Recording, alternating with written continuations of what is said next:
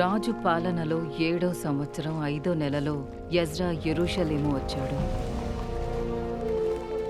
అతడు మొదటి నెల మొదటి రోజున బబులోను దేశం నుండి బయలుదేరి తన దేవుని కాపుదలతో 5వ నెల మొదటి రోజుకు యెరూషలేము చేరుకున్నాడు. ఎజ్రా యెహోవా ధర్మశాస్త్రాన్ని పరిశోధించి దాని ప్రకారం నడుచుకోవాలని, ఇశ్రాయేలీయులకు దాని చట్టాలను ఆజ్ఞలను నేర్పాలని స్థిరంగా నిశ్చయం చేసుకున్నాడు.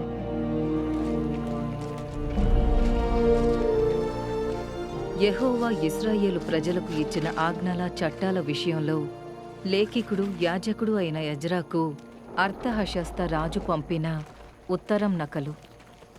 నీ చేతిలో ఉన్న నీ దేవుని ధర్మశాస్త్రాన్ని బట్టి యూదా, యెరూషలేము పరిస్థితులను తనిఖీ చెయ్యడానికి రాజు 7 మంత్రులు నిన్ను పంపించారు. కాబట్టి మేము ఈ విధంగా నిర్ణయం తీసుకున్నాం.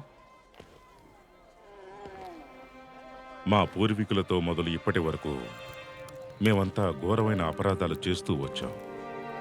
మేము చేసిన దోషాలు బట్టి ఈ రోజు ఉన్నట్టుగా మేము మా రాజులు, యాజకులు అన్యదేశపు రాజుల స్వాధీనంలో చావుకు, చెరకు, దోపిడికి గురై ఉండటం వలన ఎంతో అవమాన భారంతో సిగ్గుపడుతూ ఉన్నాం.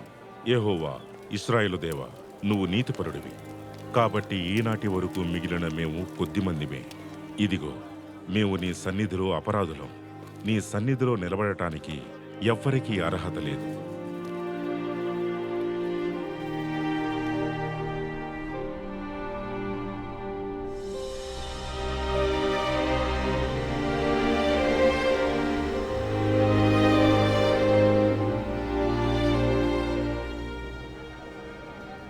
అప్పుడు ప్రజలంతా ఒకే ఉద్దేశంతో నీటి ద్వారం ఎదురుగా ఉన్న మైదానంలో సమకూడారు. యెహోవా ఇశ్రాయేలీయులకు ఆజ్ఞాపించిన మోషే ధర్మశాస్త్ర గ్రంథాన్ని తీసుకురమ్మని ఎజ్రా శాస్త్రితో చెప్పారు. ఎజ్రా 7వ నెల మొదటి రోజున గ్రంథాన్ని చదువుతుండగా అర్థం చేసుకోగలిగే స్త్రీ పురుషులు కలిసి ఉన్న సమూహం ఎదుటికి ఆ ధర్మశాస్త్ర గ్రంథం తెచ్చాడు. అప్పుడు అందరికంటే ఎత్తైన వేదికపై ఎజ్రా నిలబడి ప్రజలంతా చూస్తూ ఉండగా గ్రంథం తెరిచాడు. ప్రజలంతా లేచి నిలబడ్డారు. ఆరంభంలో దేవుడు ఆకాశాలను, భూమిని సృష్టించాడు. భూమి నిరాకారంగా, శూన్యంగా ఉంది. జలాగాధం మీద చీకటి కమ్ముకుని ఉంది. దేవుని ఆత్మ ఆ మహాజలరాశిపై కదలాడుతూ ఉన్నాడు. దేవుడు చెప్పాడు, వెలుగు కలుగుగాక అన్నాడు. వెలుగు కలిగింది. దేవుడు ఇలా అన్నాడు, మన స్వరూపంలో, మన పోలికలో మనిషిని చేద్దాం. సముద్రంలో చేపల మీద, ఆకాశంలో పక్షుల మీద, పశువుల మీద, భూమి మీద పాకే ప్రతి జంతువు మీద, భూమి అంతటి మీద వారికి ఆధిపత్యం ఉండాలి అన్నాడు. భూమి మీద అంతకు ముందు ఆరుబయట ఏ పొదలు లేవు, ఏ చెట్లు మొలవలేదు. ఎందుకంటే దేవుడైన యెహోవా భూమి మీద వర్షం కురిపించలేదు. నేలను సేద్యం చేయటానికి ఏ మనిషి లేడు.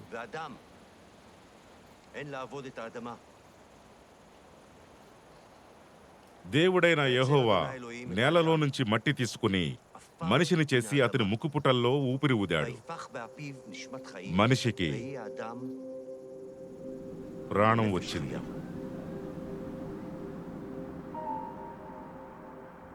దేవుడైన యెహోవా తూర్పు వైపున ఏదెనులో ఒక తోట వేసి తాను చేసిన మనిషిని అందులో ఉంచాడు. దేవుడైన యెహోవా కళ్లకు అందమైన, ఆహారానికి మంచిదైన ప్రతి చెట్టును అక్కడ నేలలో నుంచి మొలిపించాడు.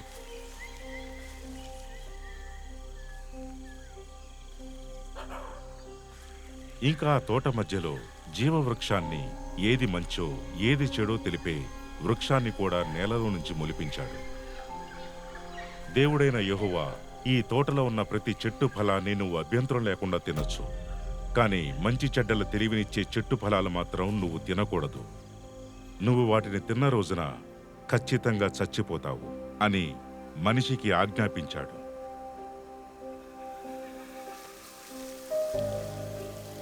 దేవుడైన యెహోవా మనిషి ఒంటరిగా ఉండటం మంచిది కాదు. అతనికి సరిపడిన తోడును అతని కోసం చేస్తాను అనుకున్నాడు.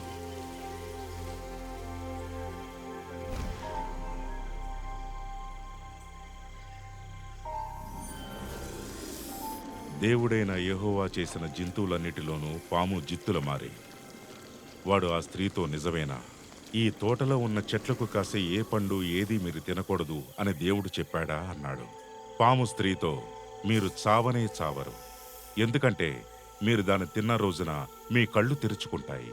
మీరు మంచి చెడ్డలు తెలిసి దేవుళ్ల వలె ఉంటారని దేవుడికి తెలుసు అన్నాడు.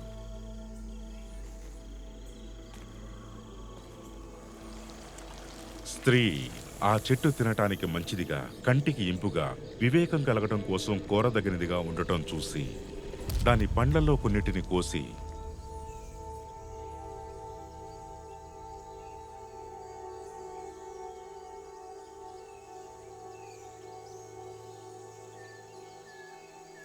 తిని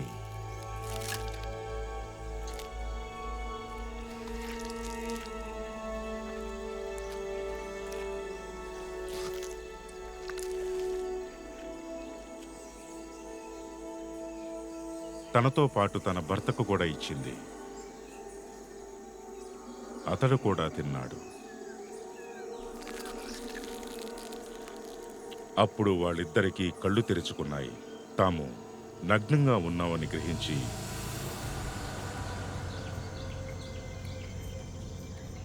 అంజూరపు ఆకులు కలిపి కట్టి ఒళ్ళు కప్పుకునేవి తయారు చేసుకున్నారు. దేవుడైన యెహోవా స్త్రీతో, నువ్వు చేసిందేమిటి అన్నాడు.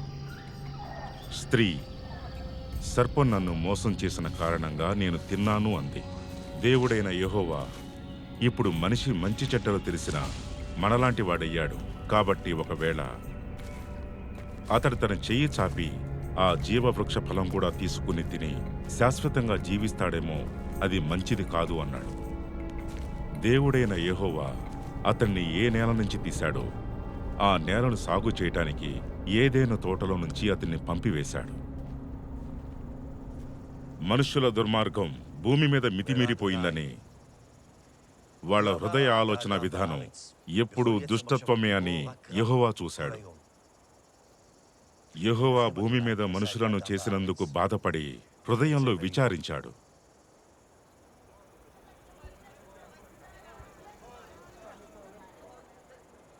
కాబట్టి యెహోవా, నేను సృష్టించిన మనుషులను ఈ భూమి మీద లేకుండా చేస్తాను. మనుషులతో పాటు జంతువులను, పాకే జీవులను, ఆకాశ పక్షులను భూమి మీద లేకుండా తుడిచివేస్తాను. ఎందుకంటే నేను వాడను సృష్టించినందుకు బాధపడుతున్నాను అన్నాడు. విను, నేను ఊపిరి ఉన్న వాటిని ఆకాశం కింద లేకుండా నాశనం చేయటానికి భూమి మీదకి జల ప్రవాహం రప్పించబోతున్నాను.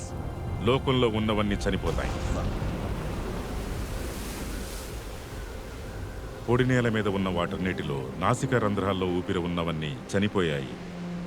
మనుషులతో పాటు పశువులు, పురుగులు, ఆకాశ పక్షులు, నేల మీద ఉన్న జీవాలన్నీ అంతమైపోయాయి. అవన్నీ భూమి మీద ఉండకుండా నాశనం అయ్యాయి. నోవాహు, అతనితో పాటు ఆ ఓడలో ఉన్నవి మాత్రం మిగిలాయి. దేవుడు నోవాహు అతని కొడుకులతో మాట్లాడుతూ, నేను మీతో నా నిబంధన స్థిరపరుస్తున్నాను. సర్వ శరీరులు ప్రవహించే జలాల వల్ల ఇంకెప్పుడు నాశనం కారు. ఇంకెప్పుడు భూమిని నాశనం చేయటానికి జల ప్రళయం రాదు అన్నాడు. ఓడలో నుంచి వచ్చిన నోవాహు ముగ్గురు కొడుకులు షేము, హాము, యాపెతు. హాము కనానుకు తండ్రి. వీళ్ల సంతానం భూమి అంతటా వ్యాపించింది. షేము కొడుకులు ఏలాము, అష్షూరు, అర్పక్షదు, లూదు, అరాము. అర్పక్షదుకు షేలహు పుట్టాడు. షేలహకు ఏబెరు పుట్టాడు. ఏబెరుకు పెలుగు, పెలుగుకు రయు, రయుకు సెరుగు, సెరుగుకు నాహోరు, నాహోరుకు తెరహు, తెరహకు అబ్రహాము అనే పేరు పెట్టిన అబ్రాము పుట్టారు. యెహోవా అబ్రాముతో ఇలా చెప్పాడు, నీ దేశం నుంచి, నీ బంధువుల దగ్గర నుంచి, నీ తండ్రి ఇంటి నుంచి బయలుదేరి నేను నీకు చూపించే ప్రదేశానికి వెళ్ళు. నిన్ను ఒక గొప్ప జాతిగా చేసి నిన్ను ఆశీర్వదించి నీ పేరును గొప్ప చేస్తాను. నువ్వు దీవెనగా ఉంటావు. నిన్ను ఆశీర్వదించే వాళ్ళని నేను ఆశీర్వదిస్తాను, నిన్ను దూషించే వాళ్ళను శపిస్తాను. భూమి మీద ఉన్న వంశాలన్నిటికీ నీ ద్వారా ఆశీర్వాదం కలుగుతుంది.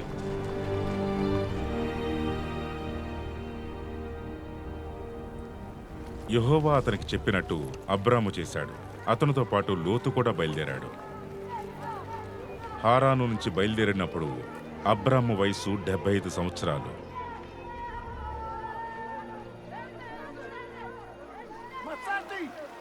అబ్రాము తన భార్య సారాయిని, తన సోదరుడి కొడుకు లోతును, హారానులో తాను తన వాళ్ళు సేకరించిన ఆస్తి అంతటిని, వాళ్ళ సంపాదన మొత్తాన్ని తీసుకుని కనాను అనే ప్రదేశానికి వచ్చాడు.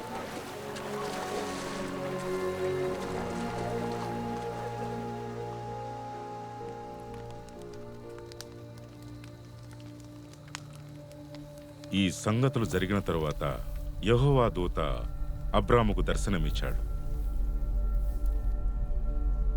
అబ్రాము, భయపడకు, నేను నీకు డాలును, గొప్ప బహుమానాన్ని అన్నాడు. నువ్వు నాకు సంతానం ఇవ్వలేదు గనుక చూడు, నా సేవకుల్లో ఒకడు నాకు వారసుడవుతాడు అన్నాడు. ఆయన అతన్ని బయటికి తీసుకొచ్చి, నువ్వు ఆకాశం వైపు చూసి ఆ నక్షత్రాల లెక్క పెట్టడం నీకు చేతనైతే లెక్కపెట్టు అని చెప్పి,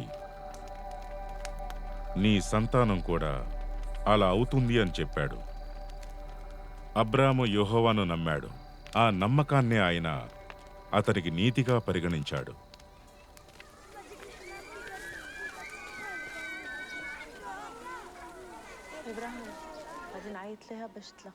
అబ్రాము భార్య అయిన సారాయి అతనికి పిల్లలు కనలేదు. ఆమె దగ్గర ఈజిప్టు దేశానికి చెందిన ఒక దాసి ఉంది. ఆమె పేరు హాగరు.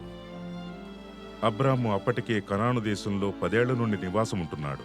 అబ్రాము భార్య సారాయి ఈజిప్టుకు చెందిన తన దాసి హాగరును తన భర్తకు భారీగా ఉండటానికి ఇచ్చింది.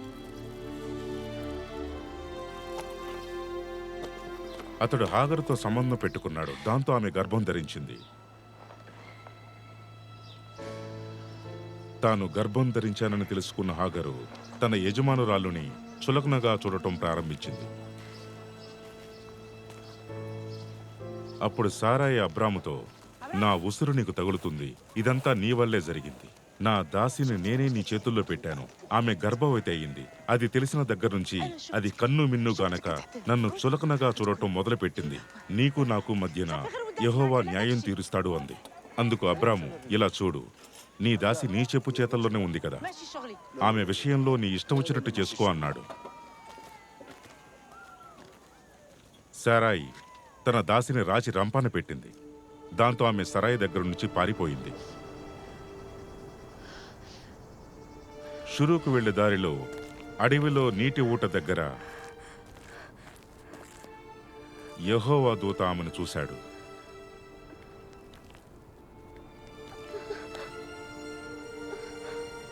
అప్పుడు యెహోవా దూత, నువ్వు మళ్ళీ నీ యజమానురాల దగ్గరికి తిరిగి వెళ్ళు. ఆమెకు పూర్తిగా అణిగిమణిగి ఉండు. నీ సంతానానికి తప్పకుండా ఆధిక్యత కలిగిస్తాను. అది లెక్క పెట్టడానికి వీలు లేనంతగా అయ్యేలా చేస్తాను అన్నాడు.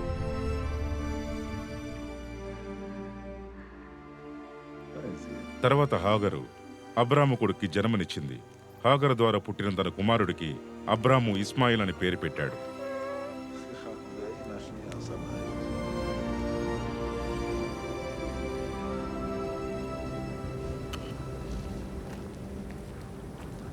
అబ్రాముకు 99 ఏళ్ల వయసులో యెహోవా అతనికి ప్రత్యక్షమై,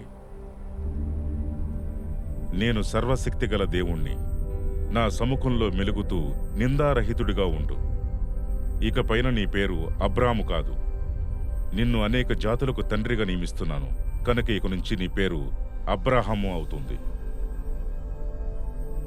నేను నీకు నీ తర్వాత నీ సంతానానికి దేవుడిగా ఉండే విధంగా నాకు నీకు మధ్యన, నీ తర్వాత నాకు నీ సంతానానికి మధ్యన నా నిబంధనను స్థిరం చేస్తాను. అది శాశ్వతమైన నిబంధనగా ఉంటుంది.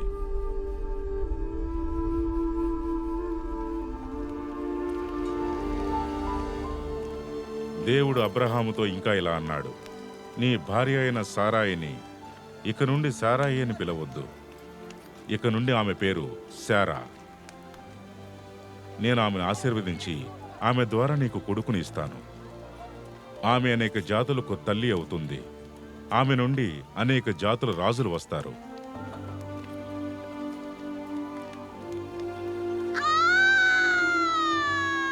అబ్రహాము వృద్ధాప్యంలో శారా గర్భం ధరించి అతనికి ఒక కొడుకును కన్నది.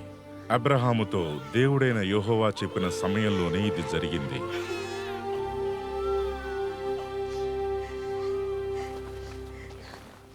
అబ్రహాము తన భార్య శారా ద్వారా పుట్టిన తన కొడుక్కి ఇస్సాకు అనే పేరు పెట్టాడు.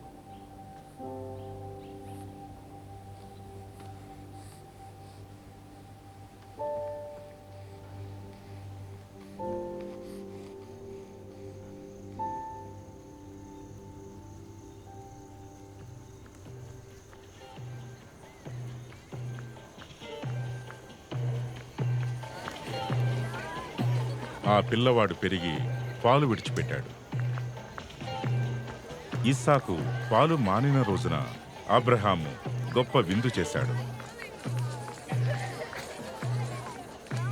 అప్పుడు అబ్రహాముకు ఐగుప్తు జాతిదైన హాగరు ద్వారా పుట్టిన కొడుకు ఇస్సాకును ఎగతాళి చేయటం శారా చూసింది. ఆమె అబ్రహాముతో ఇలా అంది, ఈ దాసిని ఈమె కొడుకుని వెళ్ళగొట్టు, ఎందుకంటే ఈ దాసి కొడుకు నా కొడుకు ఇస్సాకుతో కలిసి వారసుడిగా ఉండటానికి వీల్లేదు. ఈ మాట విన్న అబ్రహాము తన కొడుకు ఇస్మాయిల్ను బట్టి చాలా వేదన చెందాడు. అయితే దేవుడు, ఈ అబ్బాయి కోసం, నీ దాసి కోసం నువ్వు బాధపడవద్దు.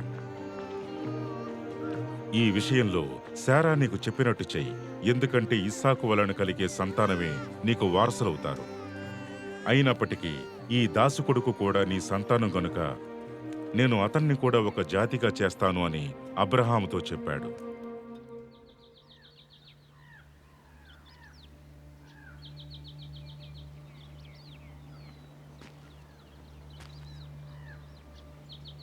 కనుక అబ్రహాము తెల్లవారకు ముందే లేచి రొట్టె, నీళ్లు పోసిన తోలితిత్తి సిద్ధం చేసి వాటిని హాగరు భుజంపై పెట్టాడు. ఆ బాలుణ్ణి ఆమెకు అప్పగించి పంపివేశాడు.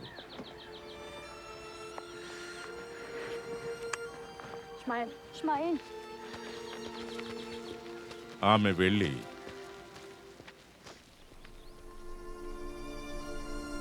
బయర్షబా అడవికి చేరి అక్కడ తిరుగుతూ ఉంది.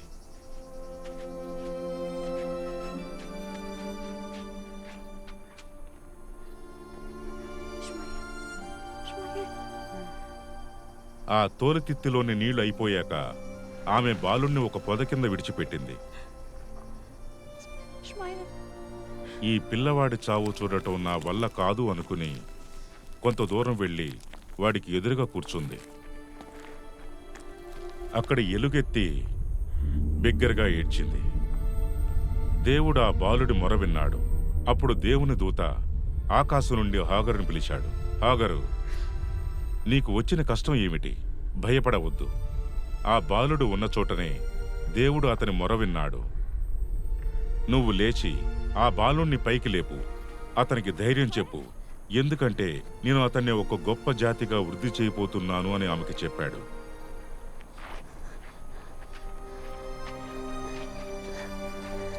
అప్పుడు దేవుడు ఆమె కళ్ళను తెరుచుకునేలా చేశాడు. ఆమె ఎదురుగా ఉన్న ఒక నీళ్ల ఊటను చూసింది.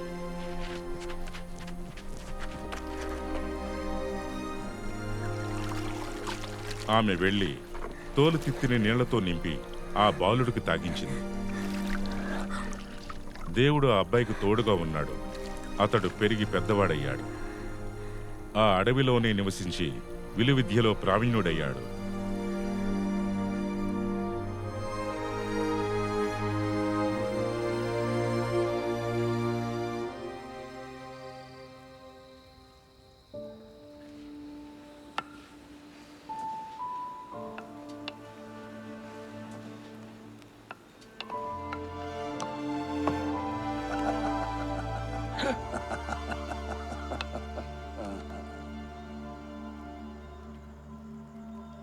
ఈ సంగతులన్నీ జరిగిన తరువాత దేవుడు అబ్రహామును పరీక్షించాడు.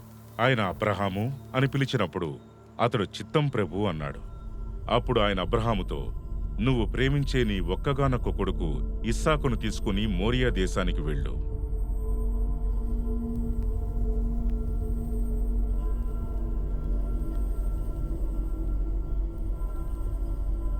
అక్కడ నేను చెప్పబోయే ఒక పర్వతం మీద అతన్ని దహనబలిగా అర్పించు అన్నాడు.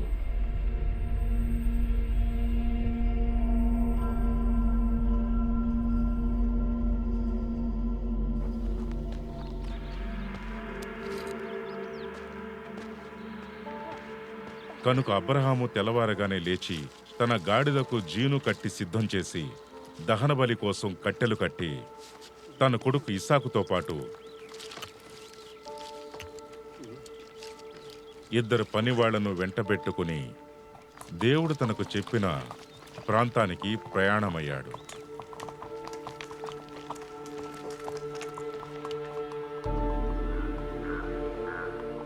మూడవ రోజు అబ్రహాము తలెత్తి దూరంగా ఉన్న ఆ స్థలాన్ని చూశాడు. తన పనివాళ్లతో, మీరు గాడిదతో ఇక్కడే ఉండండి, నేను అబ్బాయి అక్కడికి వెళ్ళి దేవుణ్ణి ఆరాధించి తిరిగి మీ దగ్గరికి వస్తాము అని చెప్పాడు. అప్పుడు అబ్రహాము దహనబలి కోసం తెచ్చిన కట్టెలు తీసుకుని తన కొడుకు ఇస్సాకు తలపై పెట్టి తన చేతితో నిప్పును కత్తిని పట్టుకుని పోయెను.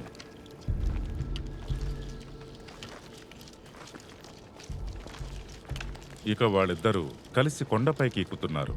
ఇస్సాకు తన తండ్రి అబ్రహామును నాన్నా అని పిలిచాడు. దానికి అబ్రహాము, ఏం నాయనా అన్నాడు. అప్పుడతడు, చూడండి, మన దగ్గర నిప్పు కట్టెలు ఉన్నాయి, కాని దహనబలికి గొర్రెపిల్ల ఏది అని అడిగాడు. దానికి అబ్రహాము, కొడుకా, దహనబలికి గొర్రెపిల్లను దేవుడే దయచేస్తాడు అన్నాడు. దేవుడు అబ్రహాముకు చెప్పిన స్థలానికి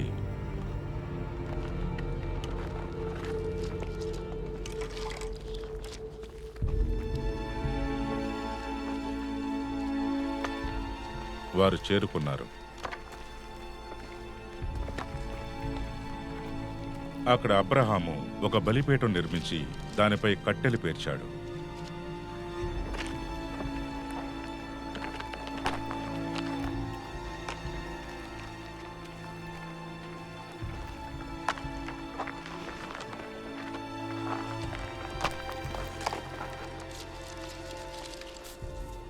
ఇస్సాకును తాళ్లతో బంధించాడు. ఆ బలిపీఠంపై పేర్చిన కట్టెలపై అతన్ని పడుకోబెట్టాడు. తరువాత అబ్రహాము తన కుమారుణ్ణి వధించటానికి చెయ్యి చాపి కత్తి పట్టుకున్నాడు.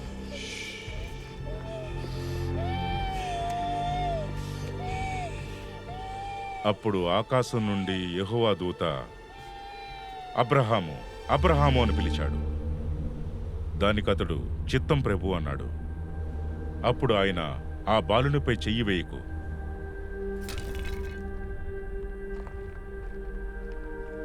అతనికి ఏ హాని తలపెట్టవద్దు, నీకున్న ఒక్కగానొక్క కొడుకుని నాకివ్వటానికి వెనుకంజ వేయలేదు.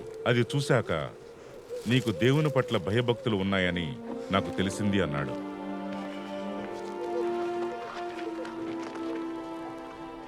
అప్పుడు అబ్రహాము తలెత్తి చూశాడు. ఆశ్చర్యం కలిగించేలా అక్కడ ఉన్న ఒక పొదలో కొమ్ములు చిక్కుకుని ఉన్న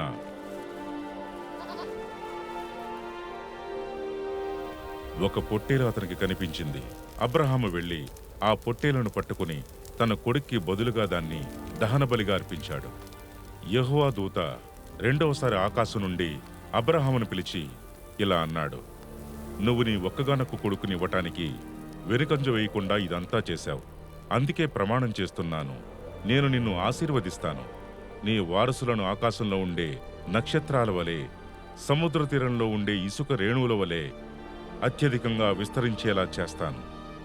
నీ వారసులు తమ శత్రువుల భూములను స్వాధీనం చేసుకుంటారు.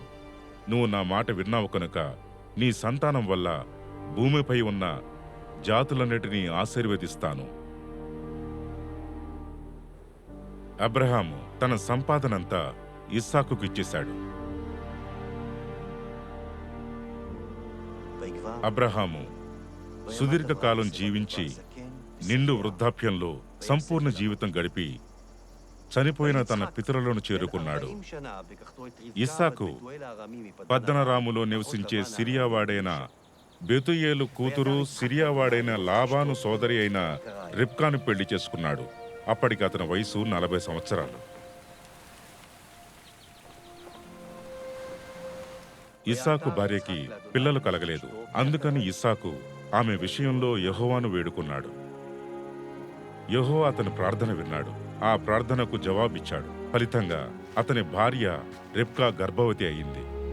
ఆమెకు నెలలు నిండి ప్రసవించే సమయం వచ్చినప్పుడు ఆమె గర్భంలో కవలలున్నారు.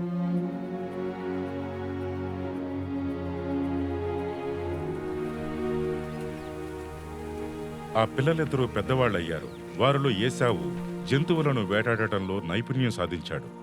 అరణ్యవాసిగా తిరిగేవాడు. కాని యాకోబు నెమ్మదస్తుడు, గుడారంలోనే ఉండేవాడు. అప్పుడు దేవుడు అతనితో, నీ పేరు యాకోబు, కాని ఇప్పటి నుండి అది యాకోబు కాదు, నీ పేరు ఇశ్రాయేలు.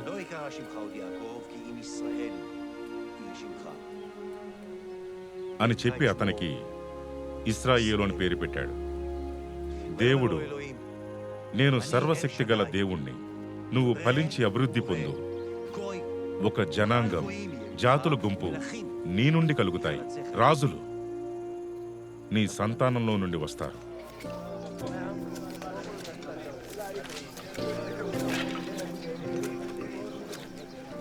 యోసేపు ఇశ్రాయేలు వృద్ధాప్యంలో పుట్టిన కొడుకు కాబట్టి తన కొడుకులందరికంటే అతన్ని ఎక్కువగా ప్రేమించి అతని కోసం ఒక అందమైన నిలువుటంగి కుట్టించాడు. అతని సోదరులు తమ తండ్రి అతన్ని తమందరికంటే ఎక్కువగా ప్రేమించడం వలన అతని మీద పగబట్టి అతనితో ఎప్పుడూ ప్రేమగా మాట్లాడేవారు కాదు.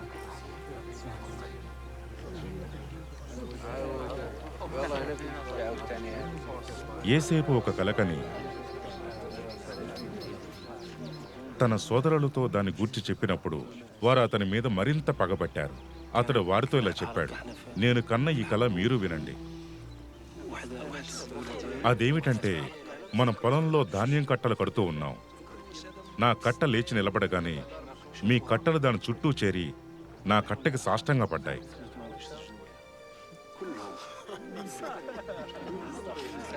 అందుకు అతని సోదరులు, నువ్వు నిజంగానే మమ్మల్ని ఏలుతావా, మా మీద నువ్వు అధికారి అవుతావా అని అతనితో చెప్పి అతని కలను బట్టి అతని మాటలను బట్టి అతని మీద మరింత పగ పెంచుకున్నారు.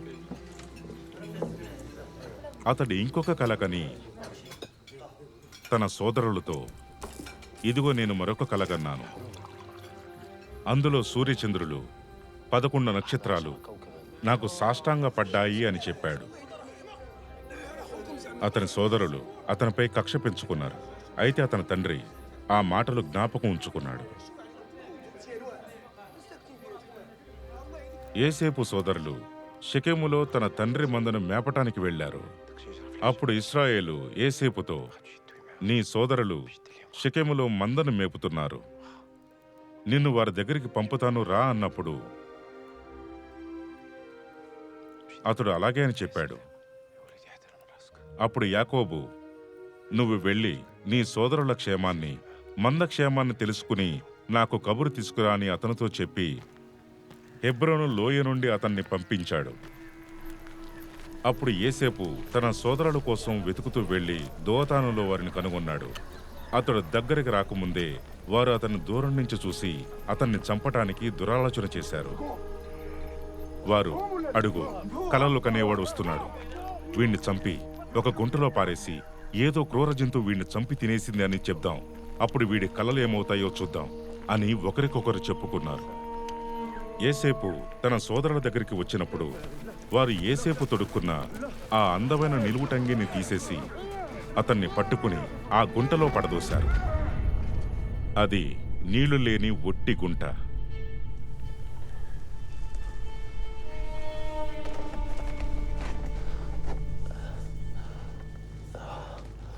వారు భోజనానికి కూర్చున్నప్పుడు ఐగుప్తకు సుగంధ ద్రవ్యాలు, మస్తకి బోళం మోసుకుపోతున్న ఒంటెలతో ఇష్మాయేలీ యాత్రికులు గిలాదు నుండి రావటం చూశారు.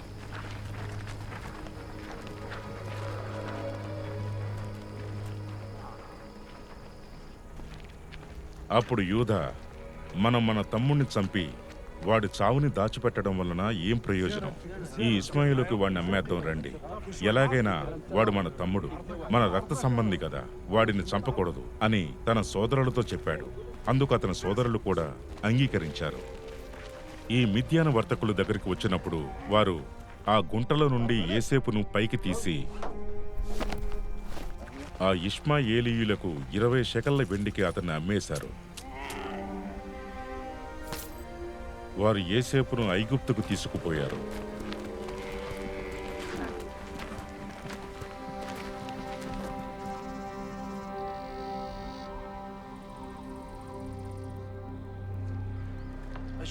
వారు దాన్ని తమ తండ్రి దగ్గరికి తీసుకువెళ్ళి, ఇది మాకు దొరికింది, ఇది నీ కొడుకు అంగీనో కాదో చూడు అన్నారు.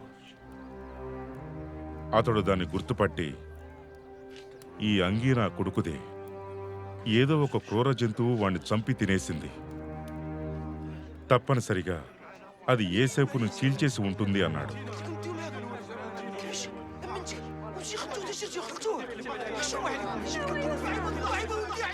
అతని కొడుకులు కూతుర్లు అందరూ అతన్ని ఓదార్చడానికి ప్రయత్నం చేశారు, కానీ అతడు ఓదార్పు పొందలేదు. నేను ఏడుస్తూ చనిపోయిన వారుండే స్థలానికి నా కొడుకు దగ్గరికి వెళ్తాను అని అతడు యోసేపు కోసం ఏడ్చాడు. యోసేపును ఐగుప్తుకు తీసుకొచ్చారు. ఫరో దగ్గర ఉద్యోగి, రాజు అంగరక్షకుల అధిపతి అయిన పోతీఫర్ అనే ఐగుప్తీయుడు అతను అక్కడ తీసుకొచ్చిన ఇష్మాయేలీయుల దగ్గర యోసేపును కొన్నాడు. యెహోవా అతనికి తోడై ఉన్నాడని, అతడు చేసేదంతా యెహోవా సఫలం చేస్తున్నాడని అతని యజమాని గమనించాడు. యోసేపు అతని దృష్టిలో దయ పొందాడు. అతడు పోతీఫరుకు సేవ చేశాడు. పోతీఫరు తన ఇంటి మీద యోసేపును కార్యనిర్వాహకునిగా నియమించి తనకు కలిగినదంతా అతని ఆధీనంలో ఉంచాడు. అతడు తనకు కలిగినదంతా యోసేపుకు అప్పగించి తాను భోజనం చేయటం తప్ప తనకేమి ఉందో ఏమి లేదో చూసుకునేవాడు కాదు. యోసేపు అందగాడు, చూడటానికి బావుంటాడు. ఆ తర్వాత అతని యజమాని భార్య యోసేపును మోహించింది. నాతో సుఖపడు అని అతన్ని అడిగింది. ప్రతిరోజు ఆమె యోసేపుతో మాట్లాడుతూ ఉంది గాని అతడు ఆమెతో ఉండటానికి గాని పాపం చేయటానికి గాని ఒప్పుకోలేదు. అలా ఉండగా ఒకరోజు అతడు పని మీద ఇంటి లోపలికి వెళ్ళాడు. ఇంట్లో పనిచేసే వాళ్ళెవ్వరూ అక్కడ లేరు. అప్పుడు ఆమె అతని పై వస్త్రాన్ని పట్టుకుని నాతో పండుకో అని అడిగింది. అతడు తన బట్టను ఆమె చేతిలో విడిచిపెట్టి తప్పించుకుని బయటికి పారిపోయాడు. తన ఇంట్లో పనిచేసే వారిని పిలిచి, చూడండి, పోతీఫరు మనలను ఎగతాళి చేయడానికి ఒక హెబ్రీయుణ్ణి మన దగ్గరికి తెచ్చాడు. నాతో లైంగిక సంబంధం పెట్టుకోవాలని వీడు నా దగ్గరికి వస్తే నేను పెద్ద కేక వేశాను.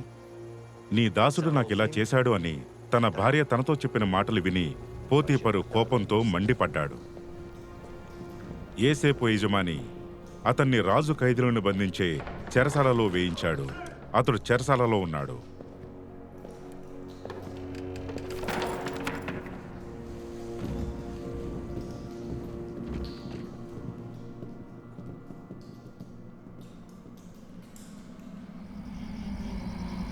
రెండు సంవత్సరాల తరువాత ఫరోకు ఒక కల వచ్చింది.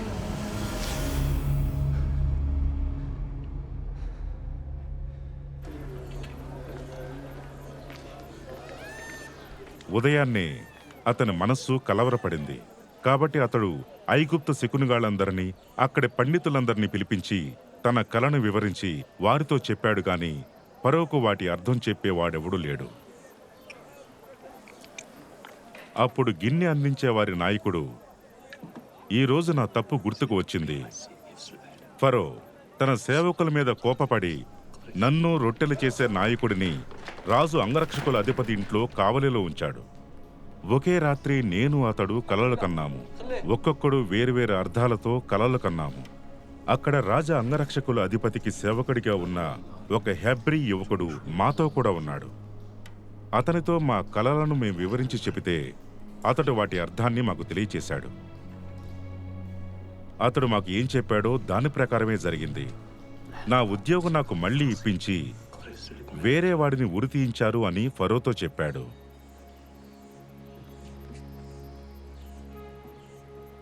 ఫరో యోసేపును పిలిపించాడు.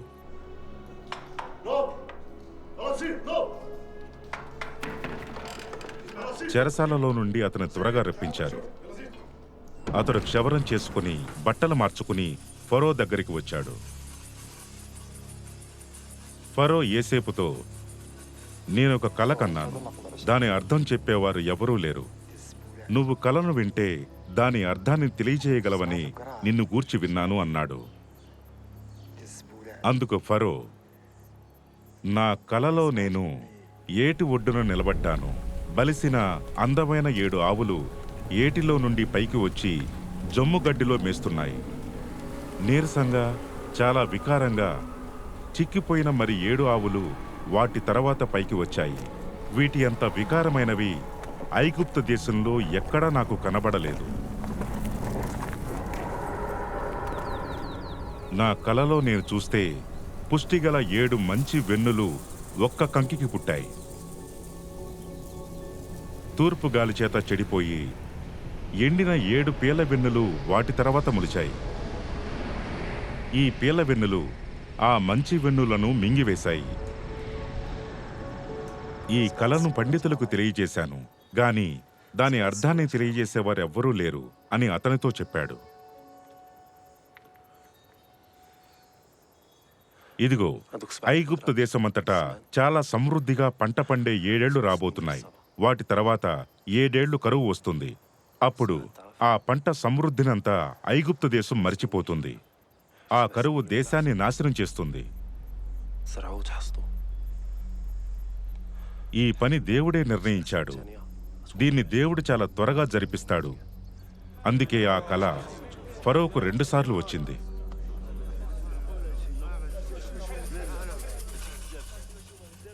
ఫరో యోసేపుతో, దేవుడిదంతా నీకు తెలియచేశాడు కాబట్టి నీలాగా వివేకము జ్ఞానము ఉన్న వారెవరూ లేరు. ఫరో, చూడు, ఐగుప్తు దేశమంతటి మీద నేను నిన్ను నియమించాను అని యోసేపుతో చెప్పాడు. ఫరో తన చేతికి ఉన్న తన రాజముద్ర ఉంగరాన్ని తీసి యోసేపు చేతికి పెట్టాడు. శ్రేష్టమైన బట్టలు అతనికి తొడిగించి అతని మెడలో బంగారు గొలుసు వేశాడు.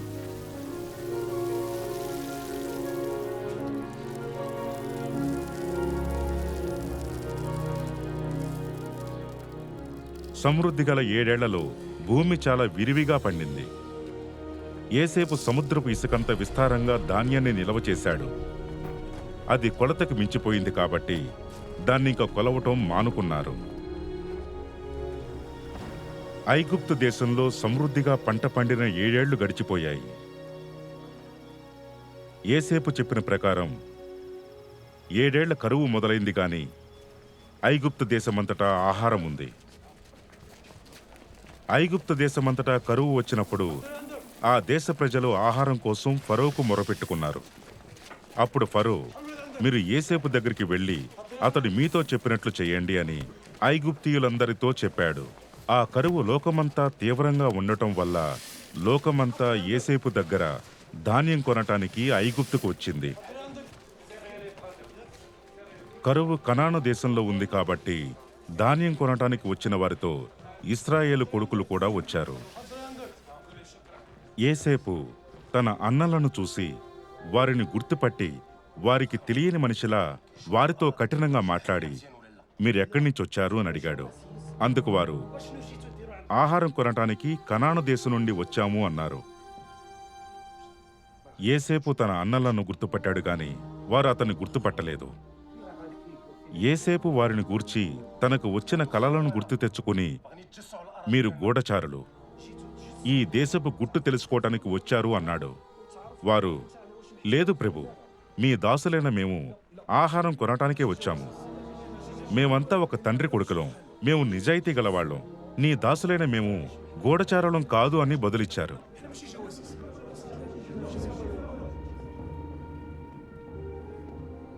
అయితే యోసేపు, కాదు, నేను చెప్పినట్టు మీరు గూఢచారులే. మీ అసలు సంగతి ఇలా తెలుస్తుంది. ఫరో జీవంతోడు మీ తమ్ముడు ఇక్కడికి వస్తేనే తప్ప మీరెక్కడి నుంచి వెళ్లరు. మీరు నిజాయితీ గలవారైతే మీ సోదరుల్లో ఒకడు ఈ చెరసాలలో ఉండాలి. మిగతా వారు మీ ఇంటి వారి కరువు తీరటానికి ధాన్యం తీసుకువెళ్ళండి. మీ తమ్ముణ్ణి నా దగ్గర తీసుకురండి. అప్పుడు మీ మాటలు నిజమే అని తెలుస్తుంది. మీరు చావురు అని చెప్పాడు. కాబట్టి వారు అలా చేశారు. వారి మాటలు ఏసేపుకు అర్థమయ్యాయని వారికి తెలియదు, ఎందుకంటే వారి మధ్య తర్జుమా చేసేవాడు ఒకడున్నాడు.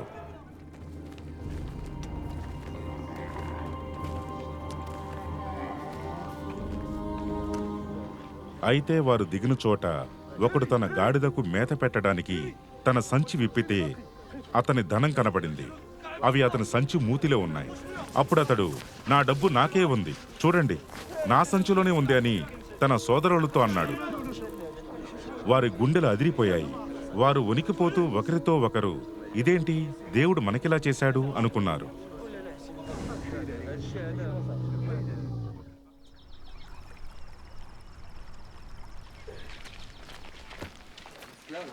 వారు కనాను దేశంలో ఉన్న తమ తండ్రి యాకోబు దగ్గరకు వచ్చి తమకు జరిగిందంతా అతనికి తెలియచేశారు. ఆ దేశానికి అధిపతి మాతో కఠినంగా మాట్లాడి మేము ఆ దేశాన్ని వేగు చూడటానికి వచ్చామనుకున్నాడు. వారి తండ్రి ఇశ్రాయేలు వారితో, అలాగైతే మీరెలా చేయండి, ఈ దేశంలోని మేలైన వస్తువులను మీ సంచుల్లో వేసుకుని తీసుకెళ్ళండి. కొంచెం సుగంధ ద్రవ్యాలు, కొంచెం తేనె, మసాలా దినుసులు, బోళం, పిస్తాకాయలు, బాదంకాయలు మీ సంచుల్లో వేసుకుని అతనికి కానుకగా తీసుకెళ్ళండి.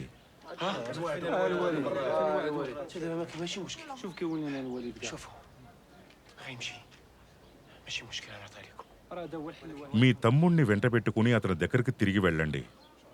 అతడు మీ అన్నను బెన్యామీనును మీకు అప్పగించేలా సర్వశక్తుడైన దేవుడు అతని ముందు మిమ్మల్ని కరుణించుగాక.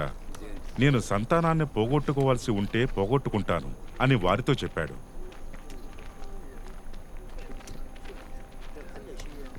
వాళ్ళు ఆ కానుక తీసుకుని చేతుల్లో రెండింతల డబ్బు తమ వెంట బెన్యామీనును తీసుకుని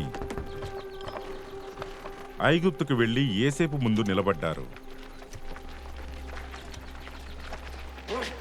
యోసేపు ఇంటికి వచ్చినప్పుడు వారు తమ చేతుల్లో ఉన్న కానుకను ఇంట్లోకి తెచ్చి అతనికి నేలను వంగి నమస్కారం చేశారు. అప్పుడు, మీరు చెప్పిన ముసలివాడైన మీ నాన్న క్షేమంగా ఉన్నాడా, అతడు ఇంకా బతికే ఉన్నాడా అని వారు క్షేమ సమాచారం అడిగినప్పుడు వారు, నీ దాసుడైన మా తండ్రి ఇంకా బతికే ఉన్నాడు, క్షేమంగా ఉన్నాడు అని చెప్పి వంగి సాగిలపడ్డారు. అప్పుడతడు కన్నులెత్తి తన తల్లి కుమారుడు తన తమ్ముడు అయిన బెన్యామీనును చూసి, మీరు నాతో చెప్పిన మీ తమ్ముడు ఇతడేనా అని అడిగి, బాబు, దేవుడు నీకు దయ చూపుతాడు కాక అన్నాడు. అప్పుడు యోసేపు, నా దగ్గరకు రండి అని తన సోదరులతో చెప్పినప్పుడు వారు అతని దగ్గరికి వచ్చారు. అప్పుడు అతడు ఐగుప్తుకు వెళ్ళిపోయేలా, మీరు అమ్మేసిన మీ తమ్ముడు యోసేపును నేనే. అయినా నన్నిక్కడకు మీరు అమ్మేసినందుకు దుఃఖపడవద్దు, మిమ్మల్ని మీరు నిందించుకోవద్దు. ప్రాణరక్షణ కోసం దేవుడు మీకు ముందుగా నన్ను పంపించాడు. 2 ఏళ్ల నుంచి దేశంలో కరువు ఉంది. ఇంకా 5 ఏళ్లు దున్నటం గాని పంట కోత గాని ఉండదు. మిమ్మల్ని రక్షించి భూమి మీద మిమ్మల్ని శేషంగా నిలపడానికి, ప్రాణాలతో కాపాడటానికి దేవుడు మీకు ముందుగా నన్ను పంపించాడు. కాబట్టి నన్ను దేవుడే పంపాడు, మీరు కాదు. ఆయన నన్ను ఫరోకు తండ్రిగా, అతని ఇంటి వారందరికీ ప్రభువుగా, ఐగుప్తు దేశమంతటి మీద అధికారిగా నియమించాడు. మీరు త్వరగా నా తండ్రి దగ్గరికి వెళ్ళి అతనితో, నీ కొడుకు యోసేపు ఇలా చెప్తున్నాడు, దేవుడు నన్ను ఐగుప్తు దేశమంతటి మీద అధిపతిగా నియమించాడు, నా దగ్గరికి రండి, ఆలస్యం చేయవద్దు. ఫరో ఆజ్ఞ ఇచ్చినట్లే యోసేపు తన తండ్రికి తన సోదరులకు ఐగుప్తు దేశంలో రామెసేసు అనే మంచి ప్రదేశంలో స్వాస్థ్యం ఇచ్చాడు. ఇశ్రాయేలీయులు ఐగుప్తు దేశంలోని గోషేను ప్రాంతంలో నివసించారు. అందులో వారు ఆస్తి సంపాదించుకుని సంతానాభివృద్ధి పొంది చాలా విస్తరించారు. యోసేపు, అతని అన్నదమ్ములు, వాళ్ళ తరం వారు అంతా చనిపోయారు. కొంతకాలానికి యోసేపు ఎవరో తెలియని కొత్త రాజు ఐగుప్తును పరిపాలించటం మొదలుపెట్టాడు. అతడు తన ప్రజలతో ఇలా అన్నాడు, ఇశ్రాయేలు ప్రజలను చూడండి, వీళ్ళు మనకంటే సంఖ్యలో ఎక్కువగా శక్తిమంతులుగా ఉన్నారు. వాళ్ళ విషయంలో మనం తెలివిగా ఏదన్నా చేద్దాం, లేకపోతే వాళ్ళ జనాభా పెరిగిపోతుంది. ఒకవేళ యుద్ధం గనక వస్తే వాళ్ళు మన శత్రువులతో చేతులు కలిపి మనకి వ్యతిరేకంగా యుద్ధం చేసి ఈ దేశం నుండి వెళ్లిపోతారేమో అన్నాడు. వారు ఇశ్రాయేలు ప్రజలచే కఠిన బాధ చేయించి కఠినులైన అధికారులను వారి మీద నియమించాడు. ఆ అధికారులు ఫరో రాజు కోసం పీతోము, రామెసేసు అనే గిడ్డంగుల పట్టణాలను కట్టించారు. ఐగుప్తీయులు ఇశ్రాయేలు ప్రజలను అనగదొక్కే కొద్దీ వారు అంతకంతకు విస్తరిస్తూ పోవడంతో వారు ఇశ్రాయేలు ప్రజల విషయంలో భయాందోళనలు పెంచుకున్నారు. ఐగుప్తీయులు ఇశ్రాయేలు ప్రజలతో మరింత కష్టమైన పనులు చేయించుకున్నారు. అప్పుడు ఫరో వారికి పుట్టినటువంటి ప్రతి మగ పిల్లవాణ్ణి నైలు నదిలో పడవేయండి, ఆడపిల్లను బతకనియండి అని తన ఐగుప్తు ప్రజలకు ఆజ్ఞాపించాడు. లేవి వంశానికి చెందిన ఒక వ్యక్తి వెళ్లి లేవి స్త్రీలలో ఒక ఆమెను పెళ్లి చేసుకున్నాడు. ఆమె గర్భం ధరించి ఒక కొడుకును కన్నది.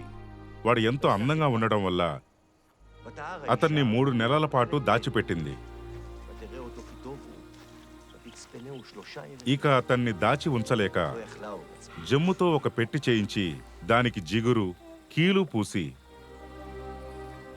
అందులో ఆ పిల్లవాణ్ణి పెట్టి నది ఒడ్డున జమ్ము గడ్డిలో ఉంచింది.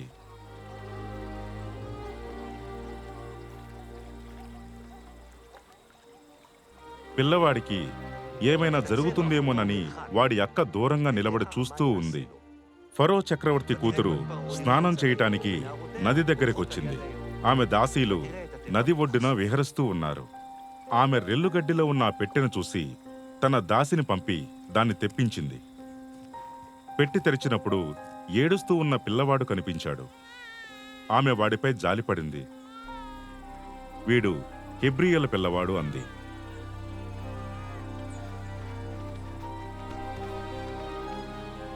అప్పుడు దూరంగా నిలబడి ఉన్న పిల్లవాడి అక్క వచ్చి ఫరో కూతురితో, నీకోసం ఈ పిల్లవాణ్ణి పెంచటానికి నేను వెళ్లి హెబ్రీ స్త్రీలలో ఒక ఆయాన్ని తీసుకురమ్మంటారా అని అడిగింది.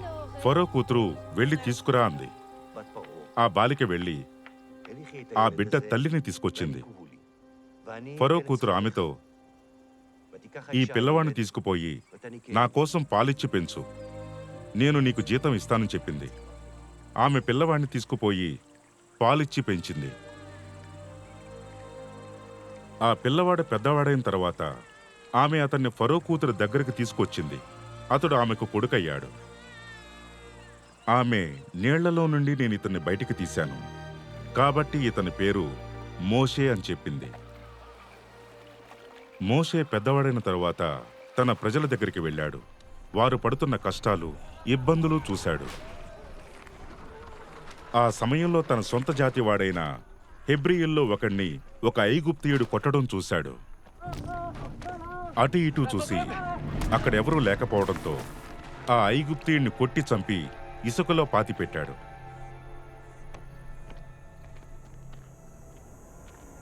ఆ సంగతి విన్న ఫరో మోషేను చంపించాలని చూశాడు. మోషే ఫరో దగ్గర నుండి మిద్యాను దేశానికి పారిపోయాడు. అక్కడ ఒక బావి దగ్గర కూర్చున్నాడు. ఈ విధంగా చాలా రోజులు గడిచిపోయిన తర్వాత ఐగుప్తు రాజు చనిపోయాడు. ఇశ్రాయేలు ప్రజలు ఇంకా బానిసత్వంలోనూ ఉండి నిట్టూర్పులు విడుస్తూ మొరపెడుతూ ఉన్నారు. తమ వెట్టి చాకిరీ మూలంగా వారు పెట్టిన మొరలు దేవుని సన్నిధికి చేరాయి. దేవుడు వారి నిట్టూర్పులు, మూలుగులు విన్నాడు. అబ్రహాము, ఇస్సాకు, యాకోబులతో తను చేసిన నిబంధన జ్ఞాపకం చేసుకున్నాడు. దేవుడు ఇశ్రాయేలు ప్రజలను చూశాడు, వారిని పట్టించుకున్నాడు. మోషే మిద్యానులో యాజకుడైన తన మామ యిత్రో మందను మేపుతున్నాడు. ఆ మందను అరణ్యం అవతల వైపుకు తోలుకుంటూ దేవుని పర్వతం హోరేబుకు వచ్చాడు.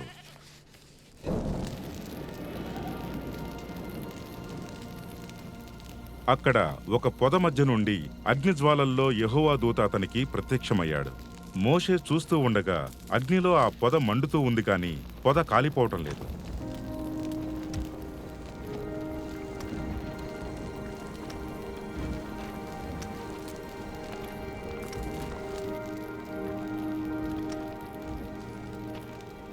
దాన్ని చూద్దామని అతడు ఆ వైపుకు రావటం యెహోవా చూశాడు.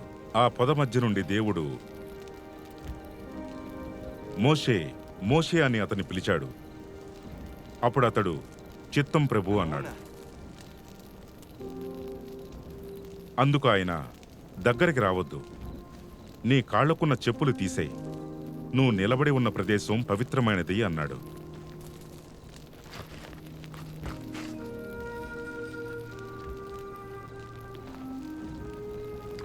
ఆయన ఇంకా, నేను నీ పూర్వీకులు అబ్రహాము, ఇస్సాకు, యాకోబుల దేవుణ్ణి అని చెప్పగానే మోషే తన ముఖం కప్పుకుని దేవుని వైపు చూసేందుకు భయపడ్డాడు. యెహోవా ఇలా చెప్పాడు, ఐగుప్తులో ఉంటున్న నా ప్రజలు పడుతున్న బాధలు నాకు తెలుసు. కఠినమైన పనులు చేయిస్తూ వారిని బాధ పెడుతున్న వారిని బట్టి వారు పెడుతున్న మొర నేను విన్నాను. వారి దుఃఖం నాకు తెలుసు. నువ్వు సిద్ధపడు, నిన్ను ఫరో దగ్గరికి పంపిస్తాను. నువ్వు నా ప్రజలైన ఇశ్రాయేలీయులను ఐగుప్తు నుండి బయటకు నడిపించాలి.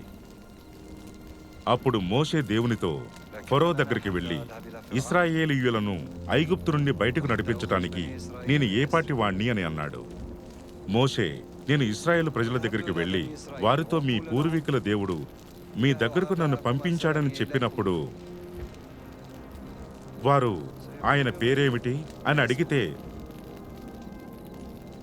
వారితో నేనేం చెప్పాలి అని దేవుణ్ణి అడిగాడు. అందుకు దేవుడు, నేను శాశ్వతంగా ఉన్నవాణ్ణి అనే పేరు గలవాణ్ణి, ఉన్నవాడు అనే ఆయన నన్ను మీ దగ్గరికి పంపించాడు అని ఇశ్రాయేలు ప్రజలతో చెప్పు అని మోషేతో చెప్పాడు. అప్పుడు మోషే, వాళ్ళు నన్ను నమ్మరు, నా మాట వినరు, యెహోవా నీకు ప్రత్యక్షం కాలేదు అంటారేమో అని జవాబిచ్చాడు. యెహోవా నీ చేతిలో ఉన్నదేమిటి అని మోషేను అడిగాడు.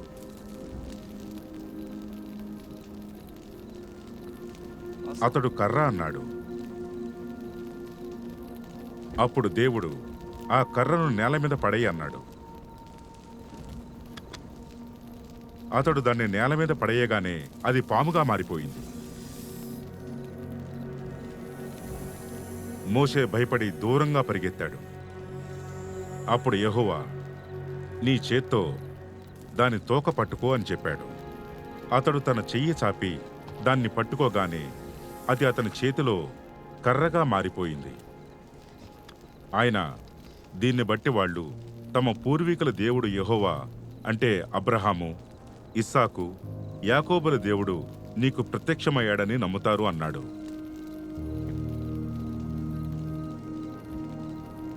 మోషే, ప్రభూ, నీవు నీ దాసుడైన నాతో మాట్లాడ్డానికి ముందుగాని తరువాత గాని ఏనాడు నేను మాటకారిని కాను. నా నోరు, నా నాలుక మందమైనవి అన్నాడు. మోషే, ప్రభు, నువ్వు వేరెవరినైనా ఎన్నుకుని అతన్ని పంపించు అన్నాడు. అందుకు యెహోవా మోషే మీద కోపపడి, లేవీయుడైన నీ అన్న అహరోను ఉన్నాడు కదా, అతడు చక్కగా మాట్లాడగలడని నాకు తెలుసు. అంతేగాక ఇప్పుడు అతడు నిన్ను కలుసుకోవటానికి నీకు ఎదురుగా వస్తున్నాడు. అతడు నిన్ను బట్టి తన మనసులో సంతోషిస్తాడు. అతడే నీ నోరుగా ఉండి నీకు బదులు ప్రజలతో మాట్లాడతాడు. అతనికి నువ్వు దేవుని స్థానంలో ఉన్నట్టు లెక్క.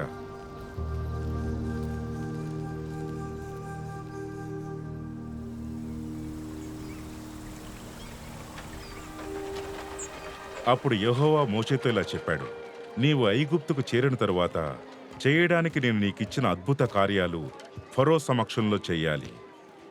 అయితే నేను అతని హృదయం కఠినం చేస్తాను. అతడు ఇశ్రాయేలు ప్రజలను వెళ్ళనివ్వడు.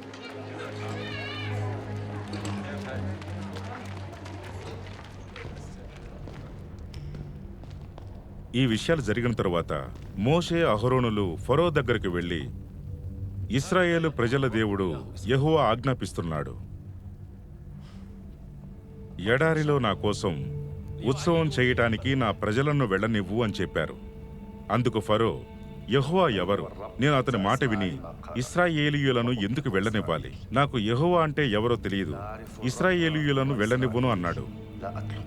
అప్పుడు ఆ ఇద్దరు, హెబ్రీయుల దేవుడు మాతో మాట్లాడాడు, మాకు అనుమతిస్తే మేము ఎడారిలోకి 3 రోజుల ప్రయాణమంత దూరం వెళ్ళి మా దేవుడు యెహోవాకు బలి అర్పిస్తాం. లేని పక్షంలో ఆయన మమ్మల్ని ఏదైనా తెగులుకు, ఖడ్గానికి గురి చేస్తాడేమో అన్నారు. ఐగుప్తు రాజు, మోషే, అహరోను, ఈ ప్రజలు తమ పనులు చేసుకోకుండా మీరు అడ్డుపడుతున్నారేమిటి? పోయి మీ పనులు చూసుకోండి.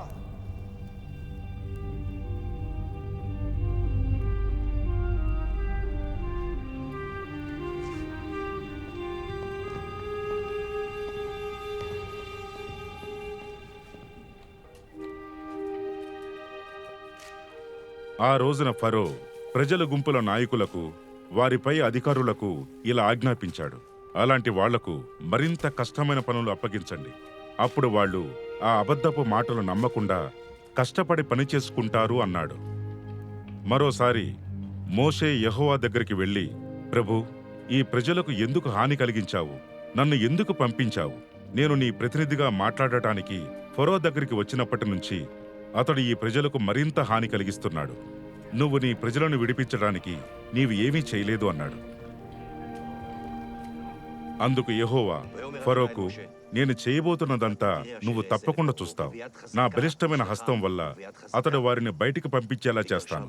నా హస్త బలం వల్లనే అతడు తన దేశం నుంచి ప్రజలను వెళ్ళగొడతాడు. ఐగుప్తీయులకు బానిసలుగా మారిన ఇశ్రాయేలు ప్రజల నిట్టూర్పులు విని నా నిబంధనను గుర్తు చేసుకున్నాను. అయితే నేను ఫరో హృదయాన్ని కఠినం చేస్తాను. ఆ దేశంలో అనేకమైన అద్భుతాలు, సూచక క్రియలు జరిగిస్తాను. అప్పుడు కూడా ఫరో మీ మాట వినడు. కాబట్టి నా చెయ్యి ఐగుప్తు మీద మోపి గొప్ప తీర్పు క్రియలతో నా సేనలు, అంటే ఇశ్రాయేలీయులైన నా ప్రజలను ఐగుప్తు దేశం నుండి బయటికి రప్పిస్తాను. నేను ఐగుప్తు మీద నా చెయ్యి చాపి వాళ్ల మధ్య నుండి ఇశ్రాయేలు ప్రజలను బయటకు రప్పించినప్పుడు నేను యెహోవానని ఐగుప్తీయులు తెలుసుకుంటారు. యెహోవా మోషేతో ఇలా చెప్పాడు: ఫరో మీదికి, ఐగుప్తు మీదికి మరొక తెగులు రప్పించబోతున్నాను. దాని తరువాత అతడు ఇక్కడ నుండి మిమ్మల్ని వెళ్ళనిస్తాడు. ఎవ్వరు మిగలకుండా శాశ్వతంగా అతడు మిమ్మల్ని దేశం నుండి పంపించి వేస్తాడు. ఇశ్రాయేలు సమాజంతో ఇలా చెప్పు: మీరు ఇశ్రాయేలు ప్రజల సమాజమంతటితో కలిసి ఈ నెల 10వ రోజున తమ కుటుంబాల ప్రకారం ప్రతి ఒక్కడు, అంటే ప్రతి ఇంటి లెక్క చొప్పున ఒక గొర్రె పిల్లను గాని మేక పిల్లను గాని తీసుకోవాలి. కొంచెం రక్తం తీసుకుని ఆ మాంసం ఏ ఇంట్లో తింటారో ఈ ఇంటి గుమ్మం 2 నిలువు కమ్ముల మీద పై కమ్మీ మీద చల్లాలి. ఆ రాత్రి వేళ నిప్పులతో మాంసాన్ని కాల్చి తినాలి. పొంగకుండా చేసిన రొట్టెలతో, చేదు కూరలతో కలిపి దాన్ని తినాలి. మీరు దాన్ని తినవలసిన విధానం ఇది: మీ నడుముకు నడికట్టు కట్టుకుని, కాళ్లకు చెప్పులు వేసుకుని, మీ కర్రలు చేతబట్టుకుని త్వరగా తినాలి. ఎందుకంటే అది యెహోవాకు పస్కా బలి. నేను ఆ రాత్రి వేళ ఐగుప్తు దేశమంతా తిరుగుతూ ఆ దేశంలోని మనుషుల్లో, జంతువుల్లో మొదటి సంతానం మొత్తాన్ని చంపివేస్తాను. ఐగుప్తు దేవుళ్ల విషయంలో తీర్పు తీరుస్తాను. నేను యెహోవాను. మీరు నివసించే ఇళ్లపై ఉన్న ఆ రక్తం యెహోవా రాక విషయంలో మీకు ఆనవాలుగా ఉంటుంది. నేను ఐగుప్తు జాతి మొదటి సంతానాన్ని నాశనం చేస్తూ ఉన్న సమయంలో ఆ రక్తాన్ని చూసి మిమ్మల్ని చంపకుండా దాటి వెళ్ళిపోతాను. ఈ విపత్తు మీ మీదకు వచ్చి మిమ్మల్ని నాశనం చేయదు. ఆ అర్ధరాత్రి సమయంలో ఏం జరిగిందంటే, ఐగుప్తు దేశంలో ఉన్న మొదటి సంతానమంతటినీ యెహోవా హతమార్చాడు. సింహాసనం మీద కూర్చున్న రాజు మొదలుకుని చెరసాలలోని ఖైదీల వరకు వాళ్లకు పుట్టిన మొదటి పిల్లలు మరణించారు. పశువుల తొలిచూలు పిల్లలు చనిపోయాయి. ఆ రాత్రి గడిచిన తరువాత మరణం సంభవించని ఇల్లు ఒక్కటి కూడా లేదు. ఐగుప్తు దేశంలో తీవ్రమైన మరణ రోదన చెలరేగింది.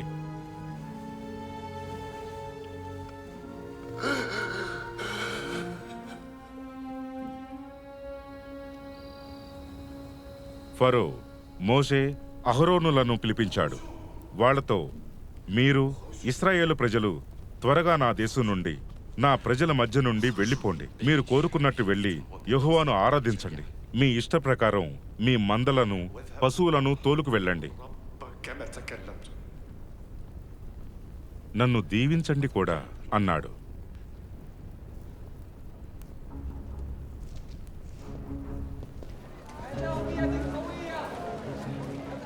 ఇశ్రాయేలీయులు ఐగుప్తులో నివసించిన కాలం 430 సంవత్సరాలు. ఆ 430 సంవత్సరాలు ముగిసిన రోజునే యెహోవా సేనలన్నీ ఐగుప్తు దేశం నుండి తరలి వెళ్ళాయి. అప్పుడు మోషే ప్రజలను సమకూర్చి ఇలా చెప్పాడు: మీరు ఐగుప్తులో బానిసత్వం నుండి విడుదల పొంది బయటికి వచ్చిన ఈ రోజును జ్ఞాపకం చేసుకోండి. యెహోవా తన బలమైన చేతులు చాపి ఆ దాస్యం నుండి మిమ్మల్ని విడిపించాడు. మీరు పొంగజేసే పిండితో చేసిన రొట్టెలు తినకూడదు. ఫరో ఆ ప్రజలను వెళ్ళనిచ్చినప్పుడు దేవుడు వాళ్ళను ఫిలిస్తీషియా దేశం నుండి దగ్గర దారి అయినప్పటికీ ఆ దారిన వాళ్ళను వెళ్ళనీయలేదు. ఈ ప్రజలు ఫిలిస్తీషియులతో జరిగిన యుద్ధం చూసి మనసు మార్చుకుని తిరిగి ఐగుప్తుకు వెళ్ళిపోతారేమో అనుకున్నాడు. అందువల్ల ప్రజలను చుట్టూ తిప్పి ఎడారి మీదుగా ఎర్ర సముద్రం వైపుకు ప్రయాణం చేయించాడు. ఇశ్రాయేలు ప్రజలు తమ గోత్రాల వారీగా ఐగుప్తు నుండి వచ్చారు. పగలు రాత్రి ప్రయాణాల్లో యెహోవా వారికి తోడుగా ఉన్నాడు. పగటివేళ స్తంభాకార మేఘంలో, రాత్రివేళ వెలుగు ఇవ్వటానికి స్తంభాకార మంటల్లో ఉండి ఆయన వారికి ముందుగా నడిచాడు.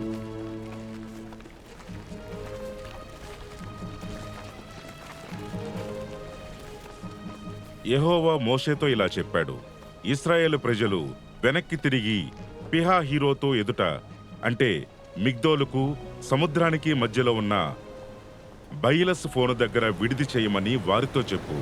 వాళ్ళు అక్కడ ఉన్నప్పుడు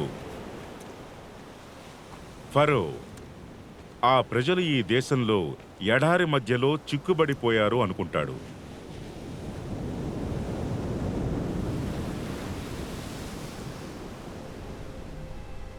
ఇశ్రాయేలు ప్రజలు దేశం విడిచి వెళ్లిపోయిన విషయం ఐగుప్తు రాజుకు చెప్పినప్పుడు ఫరో హృదయం, అతని సేవకుల హృదయాలు ఇశ్రాయేలు ప్రజలపై కక్షతో నిండిపోయాయి. మనం చేసిందేమిటి? మన కోసం పనులు చేయకుండా వాళ్ళని ఎందుకు వెళ్లనిచ్చామని చెప్పుకున్నారు. అప్పుడు ఫరో తన రథాలు సిద్ధం చేయించి తన సైన్యాన్ని వెంటబెట్టుకుని బయలుదేరాడు. బయల్సుఫోను ఎదురుగా ఉన్న పిహాహీరోతుకు దగ్గరలో సముద్రం దగ్గర వాళ్ళు విడిది చేసి ఉన్న సమయంలో ఫరో రథాలు, గుర్రాల రౌతులు, ఐగుప్తు సైన్యం ఇశ్రాయేలు ప్రజలను తరుముతూ వాళ్లను సమీపించారు.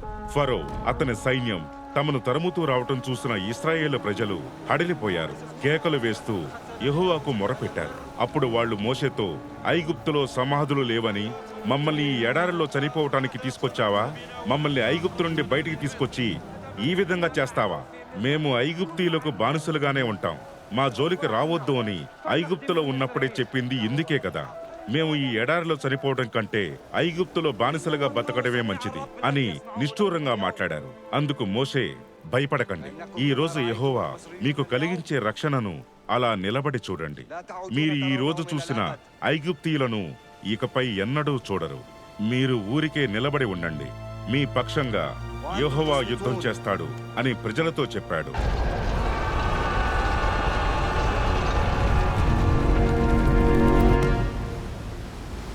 యెహోవా మోషేతో, నువ్వెందుకు నాకు మొరపెడుతున్నావు?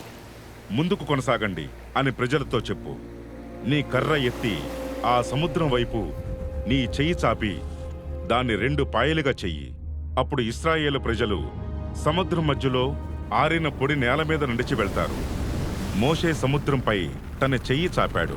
యెహోవా ఆ రాత్రంతా బలమైన తూర్పు గాలి వీచేలా చేసి సముద్రం పాయలుగా చీలి మధ్యలో ఆరిపోయి పొడి నేల ఏర్పడేలా చేశాడు. సముద్రం నీళ్లు 2గా విడిపోగా ఇశ్రాయేలు ప్రజలు సముద్రం మధ్యలో ఆరిన నేలపై నడిచి వెళ్లారు. ఆ నీళ్లు వారి కుడి పక్కన, ఎడమ పక్కన గోడల్లాగా నిలబడ్డాయి.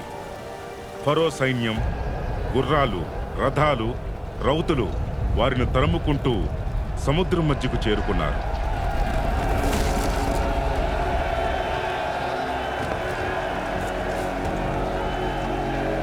యెహోవా మోషేతో, ఐగుప్తు సైన్యం మీదకి, వాళ్ల రథాల, రౌతుల మీదకి నీళ్లు తిరిగి వచ్చేలా సముద్రం పైకి నీ చెయ్యి చాపు అని చెప్పాడు. నీళ్లు వేగంగా ప్రవహించి ఆ రథాలను, రౌతులను వారి వెనుక సముద్రంలోకి వచ్చిన ఫరో సైన్యం మొత్తాన్ని ముంచివేశాయి. వాళ్లల్లో ఒక్కడు కూడా మిగలకుండా అంతా తుడిచిపెట్టుకుపోయారు. ఆ రోజున యెహోవా ఐగుప్తు సైన్యం నుండి ఇశ్రాయేలు ప్రజలను రక్షించాడు. చనిపోయి ఒడ్డుకు కొట్టుకొచ్చిన ఐగుప్తు వాళ్లను ఇశ్రాయేలు ప్రజలు చూశారు. తమ కోసం యెహోవా ఐగుప్తు వాళ్ల పట్ల చేసిన ఈ గొప్ప కార్యం చూసిన ఇశ్రాయేలు ప్రజలకు యెహోవా అంటే భయభక్తులు కలిగాయి. ఆ ప్రజలు యెహోవా మీద, ఆయన సేవకుడు మోషే మీద నమ్మకముంచారు. తరువాత ఇశ్రాయేలు ప్రజలంతా ఏలీము నుండి బయలుదేరి వారు ఐగుప్తు నుండి బయటికి వచ్చిన 2వ నెల 15వ రోజున ఏలీముకు సినాయికి మధ్య ఉన్న సీను ఎడారి ప్రాంతానికి వచ్చారు. అక్కడ ఇశ్రాయేలు ప్రజలందరూ మోషే అహరోనుల మీద సనుగుకున్నారు.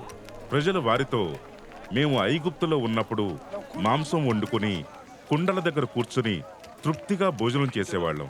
ఆ సమయంలోనే యెహోవా చేతిలో మేము చనిపోయి ఉన్నట్టయితే బాగుండేది. మేమంతా ఆకలితో చనిపోవటం కోసం ఇక్కడికి తీసుకువచ్చారు అన్నారు. మోషే అహరోనులు ఇశ్రాయేలు ప్రజలతో ఇలా అన్నారు, మీరు మా మీద ఎందుకు సనుక్కుంటారు? మేము ఎంతటి వాళ్ళం? యెహోవా మీద మీరు సనిగిన సనుగులను ఆయన విన్నాడు. ఐగుప్తు దేశం నుండి యెహోవాయే మిమ్మల్ని బయటికి రప్పించాడని సాయంత్రం నాటికి మీరు తెలుసుకుంటారు. రేపు ఉదయానికి మీరు యెహోవా మహిమా ప్రభావం చూస్తారు. మోషే వాళ్ళతో, మీరు సాయంత్రం తినటానికి మాంసం, ఉదయాన సరిపడినంత ఆహారం యెహోవా మీకు ఇస్తున్నప్పుడు మీరు ఇది తెలుసుకుంటారు. మీరు ఆయన మీద సనుక్కోవటం ఆయన విన్నాడు. మీరు సనుక్కోవటం యెహోవా మీదే, మా మీద కాదు. మాపై సనుక్కోవటానికి మేమెంతటి వాళ్ళం అన్నాడు. అలాగే జరిగింది.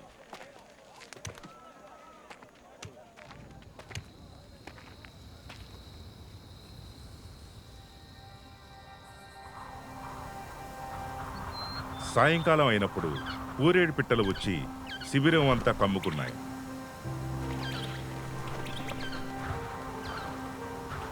ఉదయం అయ్యాక శిబిరం అంతా మంచు పడి ఉంది. నేలపై మంచు ఇంకిపోయాక నేల మీద సన్నని కణాలు పొరలుగా ఎడారి భూమి మీద కనబడ్డాయి.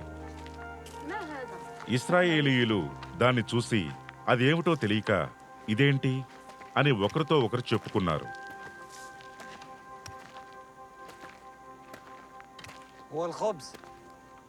మోషే వాళ్ళతో, ఇది తినటానికి యెహోవా మీకిచ్చిన ఆహారం.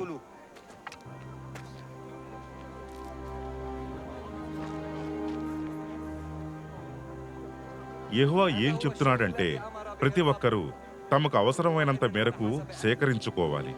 తమ గుడారంలో ఉన్న వాళ్ళ కోసం ప్రతి ఒక్కరికి ఒక ఓమెర చొప్పున తీసుకోవాలి. ఇశ్రాయేలు ప్రజలు ఆ విధంగా చేశారు. అయితే కొందరు ఎక్కువగా, కొందరు తక్కువగా కూర్చుకున్నారు.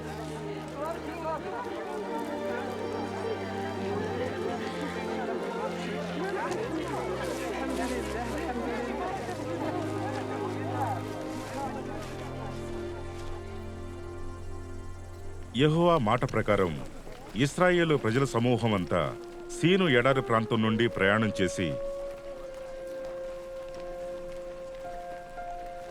రెఫీదీములో దిగారు. అక్కడ ప్రజలు తాగటానికి నీళ్లు లేవు. దానికి వాళ్ళు మోషేపై నింద మోపుతూ, మాకు తాగడానికి నీళ్ళియ్యి అన్నారు. అప్పుడు మోషే, మీరు నాతో ఎందుకు పోట్లాడుతున్నారు? యెహోవాను ఎందుకు శోధిస్తున్నారు అన్నాడు. ప్రజలు దాహంతో మోషే మీద సనుగుతూ, ఇదేంటి, మమ్మల్ని, మా పిల్లలను, మా పశువులను దాహంతో చంపటానికి ఐగుప్తు నుండి ఇక్కడికి తీసుకొచ్చావా అన్నారు. అప్పుడు మోషే యెహోవాకు మొరపెట్టాడు, ఈ ప్రజలను నేనేం చెయ్యాలి? కొంచెం సేపట్లో వీళ్ళు నన్ను రాళ్లతో కొట్టి చంపుతారేమో అన్నాడు. అప్పుడు యెహోవా ప్రజల పెద్దల్లో కొందరిని వెంటబెట్టుకుని, నువ్వు నదిని కొట్టిన నీ కర్రను చేతపట్టుకుని ప్రజలకు ఎదురుగా వెళ్లి నిలబడు.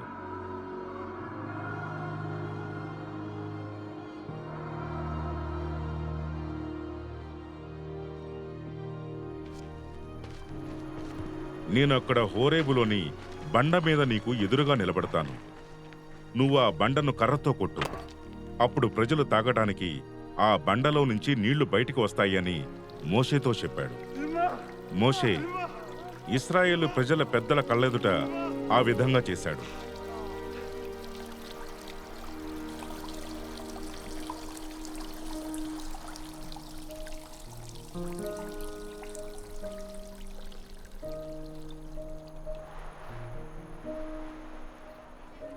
వాళ్ళు రెఫీదీము నుండి బయలుదేరి సినాయి ఎడారికి వచ్చి అక్కడ పర్వతం ఎదుట ఎడారిలో విడిది చేశారు. 3వ రోజు తెల్లవారగానే ఆ కొండ మీద దట్టమైన మేఘాలు కమ్మి ఉరుములు మెరుపులు వచ్చాయి. భీకరమైన బూర శబ్దం వినిపించినప్పుడు శిబిరంలోని ప్రజలంతా భయంతో వణికిపోయారు. యెహోవా సినాయి కొండ శిఖరం మీదకి దిగివచ్చాడు. కొండ శిఖరం మీదకి రమ్మని మోషేని పిలిచినప్పుడు మోషే ఎక్కి వెళ్ళాడు. దేవుడు ఈ ఆజ్ఞలన్నింటినీ వివరించి చెప్పాడు. నేను యెహోవాను, మీ దేవుణ్ణి. ఐగుప్తు దేశంలో బానిసలుగా ఉన్న మిమ్మల్ని బయటకు తీసుకువచ్చిన దేవుణ్ణి నేనే. నేను కాక వేరే దేవుడు మీకు ఉండకూడదు. పైన ఆకాశంలో గాని, కింద భూమి మీద కాని, భూమి కింద ఉండే నీళ్లలో గాని ఎలాంటి ఆకారాన్ని, ప్రతిమను తయారు చేసుకోకూడదు. వాటి ముందు సాష్టాంగ పడకూడదు. వాటిని పూజించకూడదు. నీ దేవుడైన యెహోవా నామాన్ని వ్యర్థంగా పలకకూడదు. తన నామాన్ని వ్యర్థంగా పలికేవాణ్ణి యెహోవా దోషిగా పరిగణిస్తాడు. విశ్రాంతి దినాన్ని పవిత్రంగా ఆచరించాలని జ్ఞాపకం ఉంచుకోవాలి. నీ దేవుడైన యెహోవా నీకివ్వబోయే దేశంలో నువ్వు దీర్ఘకాలం జీవించేలా నీ తండ్రిని, తల్లిని గౌరవించాలి.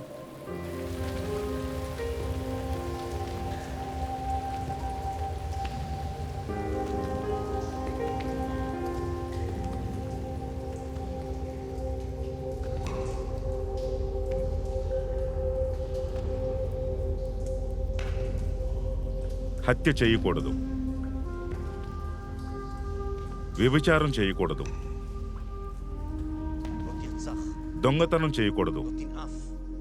నీ పొరుగువాడిపై తప్పుడు సాక్ష్యం చెప్పకూడదు. నీ పొరుగువాడి ఇల్లు గాని, అతని భార్యను గాని, దాసదాసీలను గాని, అతని ఎద్దును గాని, గాడిదను గాని, నీ పొరుగువాడికి చెందిన దేనిని ఆశించకూడదు. యెహోవా మోషేతో ఇలా చెప్పాడు.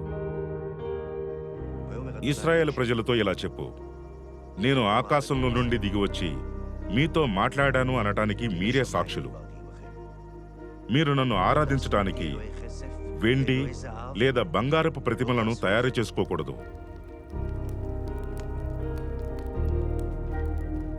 ఆయన సీనాయి కొండ మీద మోషేతో మాట్లాడడం ముగించిన తరువాత ఆయన తన వేలితో రాసిన శాసనాలు ఉన్న 2 పలకలను మోషేకు అందించాడు.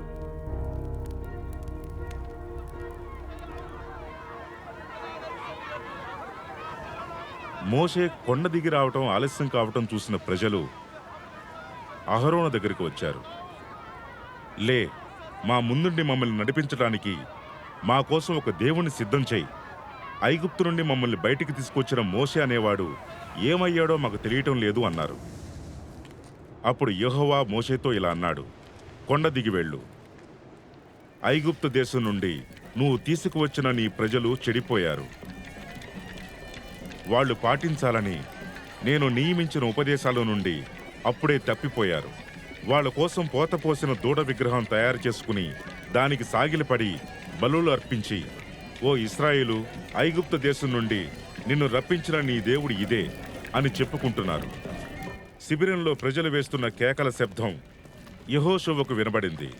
మన శిబిరంలో యుద్ధధ్వని వినబడుతోంది అన్నాడు. మోషే, అది జయధ్వని కాదు, అపజయధ్వని కాదు, సంగీత వాయిద్యాల శబ్దం నాకు వినబడుతోంది అన్నాడు.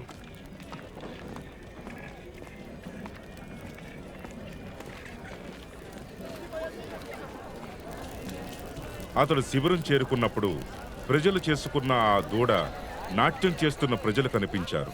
మోషే కోపం రగులుకుంది. అతడు తన చేతుల్లో ఉన్న పలకలను కొండ కింద భాగానికి విసిరేసి వాటిని పగలగొట్టాడు.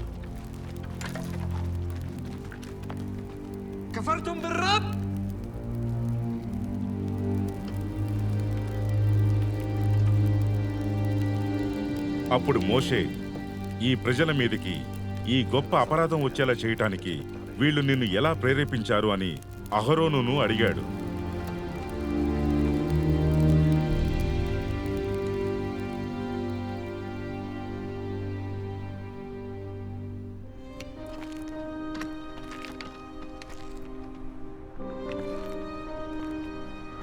మోషే యెహోవా కొండకు మళ్లీ వెళ్ళాడు. అయ్యో, ఈ ప్రజలు ఎంతో పాపం చేశారు. వాళ్ళు తమ కోసం బంగారు దేవుణ్ణి చేసుకున్నారు. అయ్యో, వాళ్ళు చేసిన పాపాన్ని పరిహరించు. లేని పక్షంలో నువ్వు రాసిన నీ గ్రంథంలో నుండి నా పేరు తొలగించు అని బతిమాలుకున్నాడు. అందుకు యెహోవా, నాకు విరోధంగా ఎవరు పాపం చేస్తారో వాళ్ల పేర్లు మాత్రమే నా గ్రంథంలో నుండి తొలగిస్తాను. మోషే యెహోవాతో ఇలా చెప్పాడు.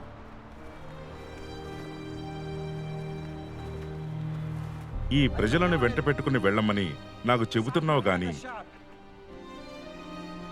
నాతో ఎవరిని పంపుతున్నావో అది నాకు చెప్పలేదు.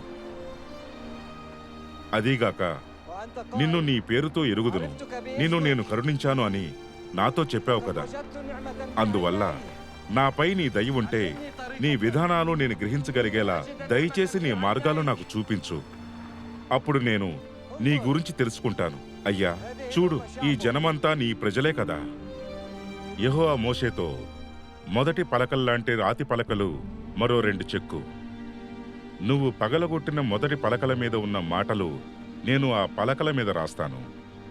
అందుకు ఆయన, ఇదిగో నేను ఒక ఒడంబడిక చేస్తున్నాను. ఇంతవరకు భూమిపై ఎక్కడైనా ఏ ప్రజల్లోనైనా ఇంతవరకు చేయని అద్భుత కార్యాలు నీ ప్రజలందరి ఎదుట చేస్తాను. నువ్వు నాయకత్వం వహించి నడిపిస్తున్న ఆ ప్రజలంతా యెహోవా చేసే పనులు చూస్తారు. నేను నీ పట్ల చేయబోయే కార్యాలు భయం కలిగిస్తాయి.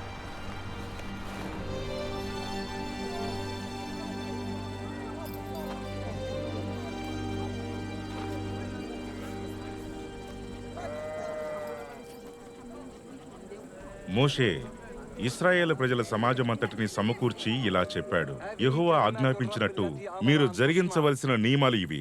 ఇంకా నైపుణ్యం, జ్ఞానం ఉన్న వాళ్ళు వచ్చి యెహోవా ఆజ్ఞాపించినట్టు ఈ పనులు చేయాలి. ఆ పనులేవంటే ఆయన నివాస మందిరం ఉండే గుడారం, దాని పైకప్పు, కులుకులు, పలకలు, అడ్డకర్రలు, స్తంభాలు, దిమ్మలు, మందస పెట్టె, దాన్ని మోసే కర్రలు, కరుణాపీఠం మూత, దాన్ని మూసి ఉంచే తెర, సన్నిధి బల్ల, దాన్ని మోసే కర్రలు, దానిలోని సామాగ్రి, సన్నిధి రొట్టెలు, వెలుగు కోసం దీపస్తంభం, దాని సామాగ్రి, దానిలో ఉండాల్సిన దీపాలు, దీపాలకు నూనె, ధూపవేదిక, దాన్ని మోసే కర్రలు, అభిషేక తైలం, పరిమళ ద్రవ్య ధూపం వేయటానికి సుగంధ ద్రవ్యాలు, మందిరం ద్వారానికి తెర,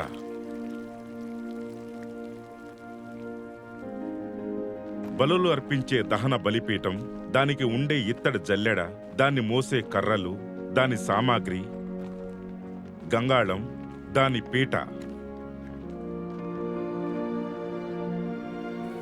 యెహోవా మోషేకు ఆజ్ఞాపించినట్లు ఇశ్రాయేలు ప్రజలు పనులన్నీ పూర్తి చేశారు. వాళ్ళు చేసిన పని అంతా మోషే పరిశీలించాడు. యెహోవా ఆజ్ఞాపించినట్టే వాళ్ళు ఆ పనులు పూర్తి చేశారు కనుక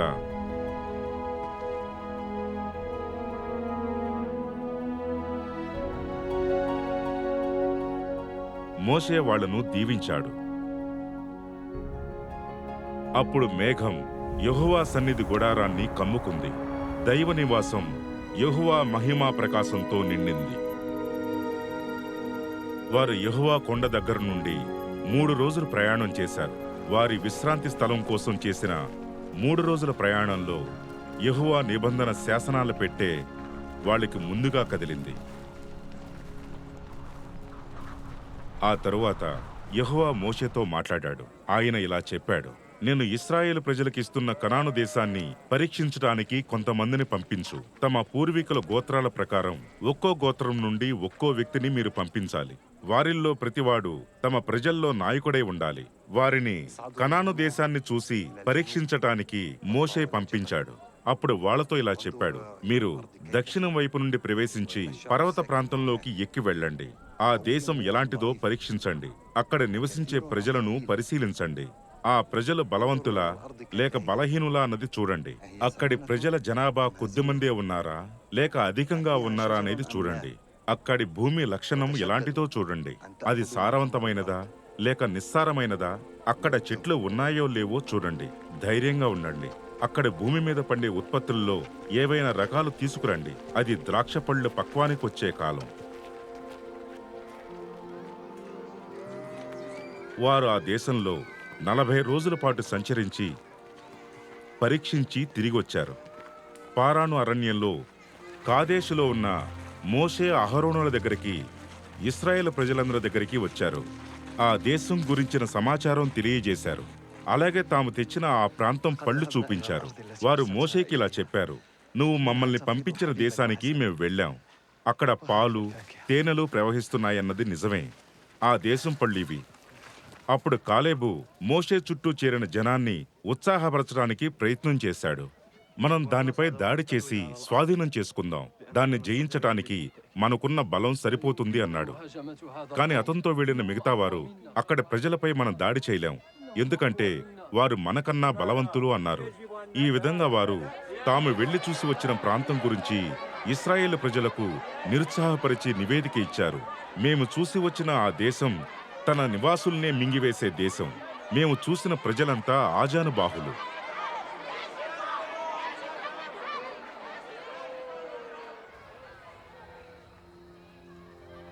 ఆ రాత్రి ప్రజలందరూ పెద్దగా కేకలు పెట్టి ఏడ్చారు. ఇశ్రాయేలీయులందరూ మోషే అహరోనులకు వ్యతిరేకంగా గొడవ చేశారు. ఆ సమాజమంతా వారితో, ఈ అరణ్యంలో చనిపోవటం కన్నా మేము ఐగుప్తులో చనిపోతే బావుండేది. మేము కత్తివాత చావాలని యెహోవా మమ్మల్ని ఈ ప్రదేశానికి తీసుకొచ్చాడా? మా భార్యలు, మా చిన్నపిల్లలు బాధల పాలవుతారు. మళ్ళీ ఐగుప్తు తిరిగి వెళ్ళటం మాకు మేలు కాదా అన్నారు. వారు, మనం ఇంకొక నాయకుణ్ణి ఎంపిక చేసుకుని ఐగుప్తుకు తిరిగి వెళ్దాం పదండి అని ఒకరితో ఒకరు చెప్పుకున్నారు. అప్పుడు మోషే అహరోను ఇశ్రాయేలు ప్రజల సమావేశం ఎదుట సాగిలపడ్డారు. ఆ సమూహం వారిని రాళ్లతో కొట్టి చంపాలన్నారు. అప్పుడు సన్నిధి గుడారంలో యెహోవా మహిమ ఇశ్రాయేలీయులందరికీ కనబడింది.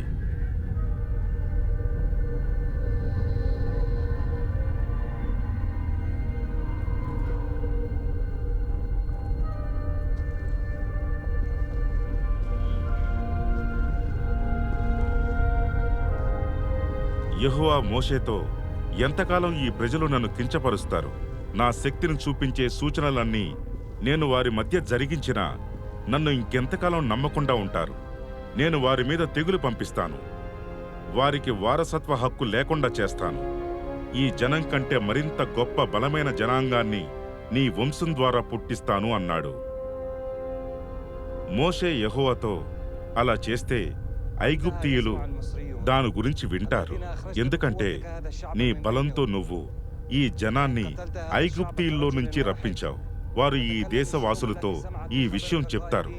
కాబట్టి నువ్వు ఒక్క దెబ్బతో ఈ ప్రజలను చంపితే నీ కీర్తిని గురించి విన్న ప్రజలు ప్రమాణపూర్వకంగా తాను ఈ ప్రజలకిచ్చిన దేశంలో వారిని చేర్చడానికి శక్తి లేక యెహోవా వారిని అరణ్యంలో చంపేశాడు అని చెప్పుకుంటారు. ఐగుప్తులో నుంచి వచ్చింది మొదలు ఇంతవరకు నువ్వు ఈ ప్రజల పాపం పరిహరించినట్టు నీ గొప్ప నిబంధన నమ్మకత్వాన్ని బట్టి ఈ ప్రజల పాపాన్ని దయచేసి క్షమించు అన్నాడు. అప్పుడు యెహోవా, నీ కోరిక ప్రకారం నేను క్షమించాను.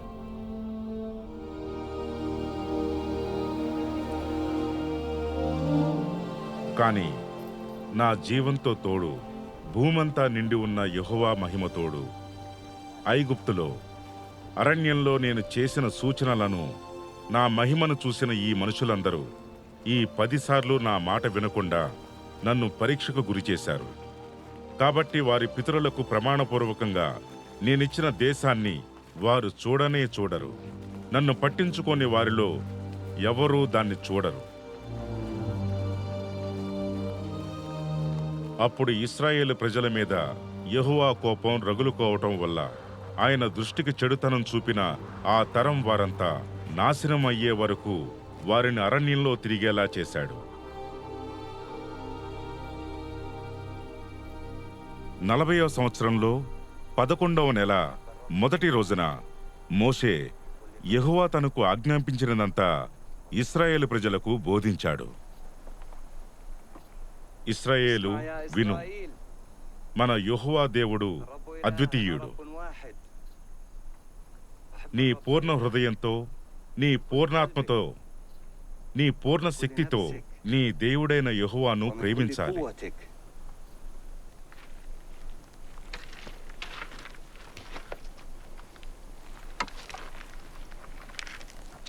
మీరు ఆయన ఆజ్ఞలను పాటిస్తారో లేదో మిమ్మల్ని పరీక్షించి మీ హృదయాన్ని తెలుసుకోవడానికి, మిమ్మల్ని లోబరుచుకోవటానికి మీ యెహోవా దేవుడు అరణ్యంలో ఈ 40 సంవత్సరాలు మిమ్మల్ని నడిపించిన సంగతి జ్ఞాపకం చేసుకోండి.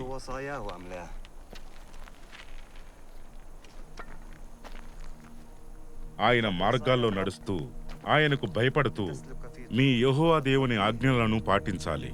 لأن الرب آت بك إلى أرض جيدة ఆయన నిన్ను ప్రవేశపెడుతున్న ఈ మంచి దేశం أنهار నీటి వాగులు, లోయలు, وثمار కొండల నుండి పారే ఓటలు, అగాధ జలాలు గల దేశం.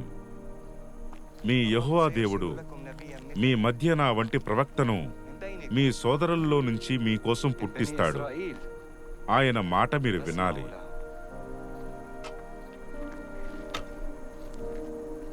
మీ దేవుడైన యెహోవా మీకు ఆజ్ఞాపించినట్టు మీ పితరులైన అబ్రహాము, ఇస్సాకు, యాకోబులతో ప్రమాణం చేసిన విధంగా ఈ రోజు మిమ్మల్ని తన సొంత ప్రజగా నియమించుకుని తానే మీకు దేవుడిగా ఉండాలని మీ దేవుడైన యెహోవా సంకల్పించాడు.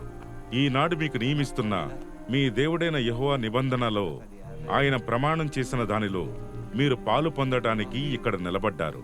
وإسحاق ويعقوب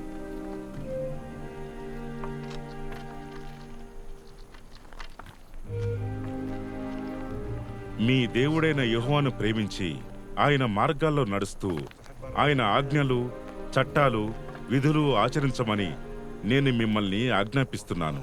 అలా చేస్తే మీరు స్వాధీనం చేసుకోవడానికి ప్రవేశించే దేశంలో మీ యెహోవా దేవుడు మిమ్మల్ని ఆశీర్వదిస్తాడు. అయితే మీ హృదయం వేరొక వైపుకు మళ్ళీ మాటకు లోబడక అన్య దేవుళ్లకు మొక్కి పూజిస్తే మీరు తప్పకుండా నాశనమైపోతారని స్వాధీనం చేసుకోవడానికి أخرى యోర్దాను నది దాటిపోతున్న దేశంలో మీరు శాశ్వత కాలం జీవించరని తెలియజేస్తున్నాను. أنكم لا محالة تهلكون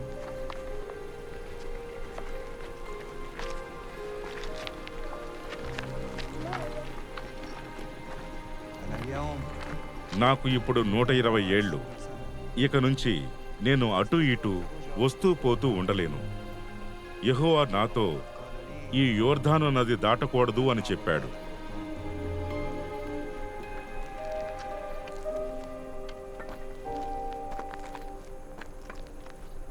మోషే యెహోషువను పిలిచి, నువ్వు నిబ్బరంగా ధైర్యంగా నిలబడు.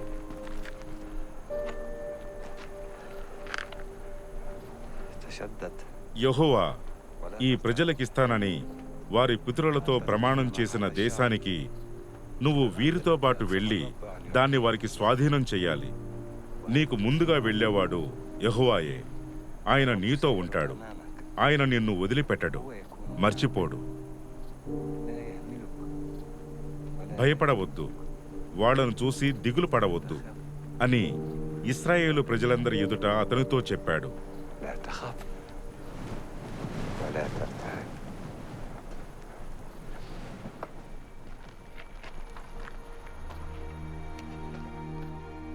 ఆ తర్వాత మోషే మోయాబు మైదానాల నెబో కొండకు వెళ్ళాడు. యెరికోకు ఎదురుగా ఉన్న పిస్గా కొండ శిఖరం ఎక్కాడు.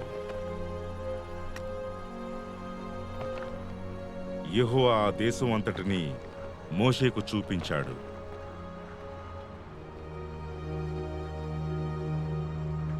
యెహోవా అతనితో ఇలా చెప్పాడు, నేను నీ సంతానానికి ఇస్తానని అబ్రహాము, ఇస్సాకు, యాకోబులకు నేను ప్రమాణం చేసిన దేశం ఇదే. దానిని కళ్ళారా చూడనిచ్చాను. అయితే నువ్వు నది దాటి అక్కడికి వెళ్ళకూడదు. యెహోవా సేవకుడు మోషే యెహోవా మాట ప్రకారం మోయాబు దేశంలో చనిపోయాడు. బేత్పయేరు ఎదుట మోయాబు దేశంలో ఉన్న లోయలో అతన్ని సమాధి చేశారు. అతని సమాధి ఎక్కడ ఉన్నదో ఇప్పటి వరకు ఎవ్వరికీ తెలియదు. యెహోవాను ముఖాముఖిగా ఎరిగిన మోషే వంటి ప్రవక్త ఇశ్రాయేలు ప్రజల్లో ఎవ్వరూ లేరు. ఐగుప్తు దేశంలో ఫరోకు, అతని సేవకులందరికీ అతని దేశమంతట్లో సూచక క్రియలను, మహత్కార్యాలను చేయటానికి యెహోవా పంపిన ఇలాంటి ప్రవక్త ఎన్నడూ లేడు. మహాబల ప్రభావాలతో ఇశ్రాయేలు ప్రజలందరి కళ్ల ముందు భయం గొలిపే పనులు చేసే మోషే లాంటి ప్రవక్త ఇంతకు ముందు ఎన్నడూ పుట్టలేదు.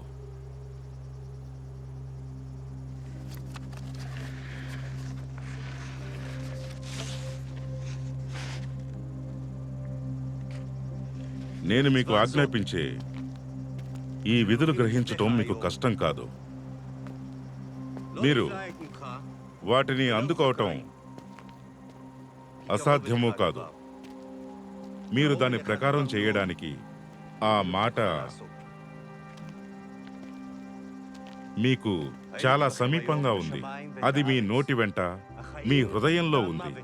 ఈరోజు జీవాన్ని, చావును, ఆశీర్వాదాన్ని, శాపాన్ని నేను మీ ఎదుట ఉంచుతున్నాను.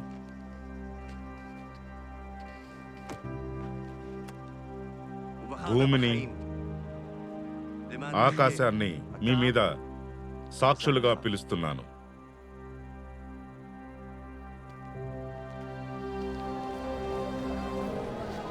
చూడు, నేను ఇశ్రాయేలు వాళ్ళతో, యూదా వాళ్ళతో ఒక కొత్త ఒప్పందం స్థిరం చేసే రోజులు వస్తున్నాయి. ఇది యెహోవా వాక్కు.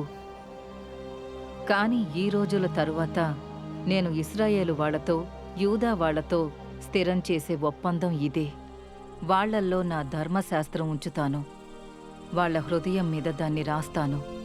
నేను వాళ్ళకి దేవుడుగా ఉంటాను, వాళ్ళు నాకు ప్రజలుగా ఉంటారు. ఇది యెహోవా వాక్కు. ఈ విధంగా అబ్రహాం నుంచి దావీదు వరకు మొత్తం 14 తరాలు.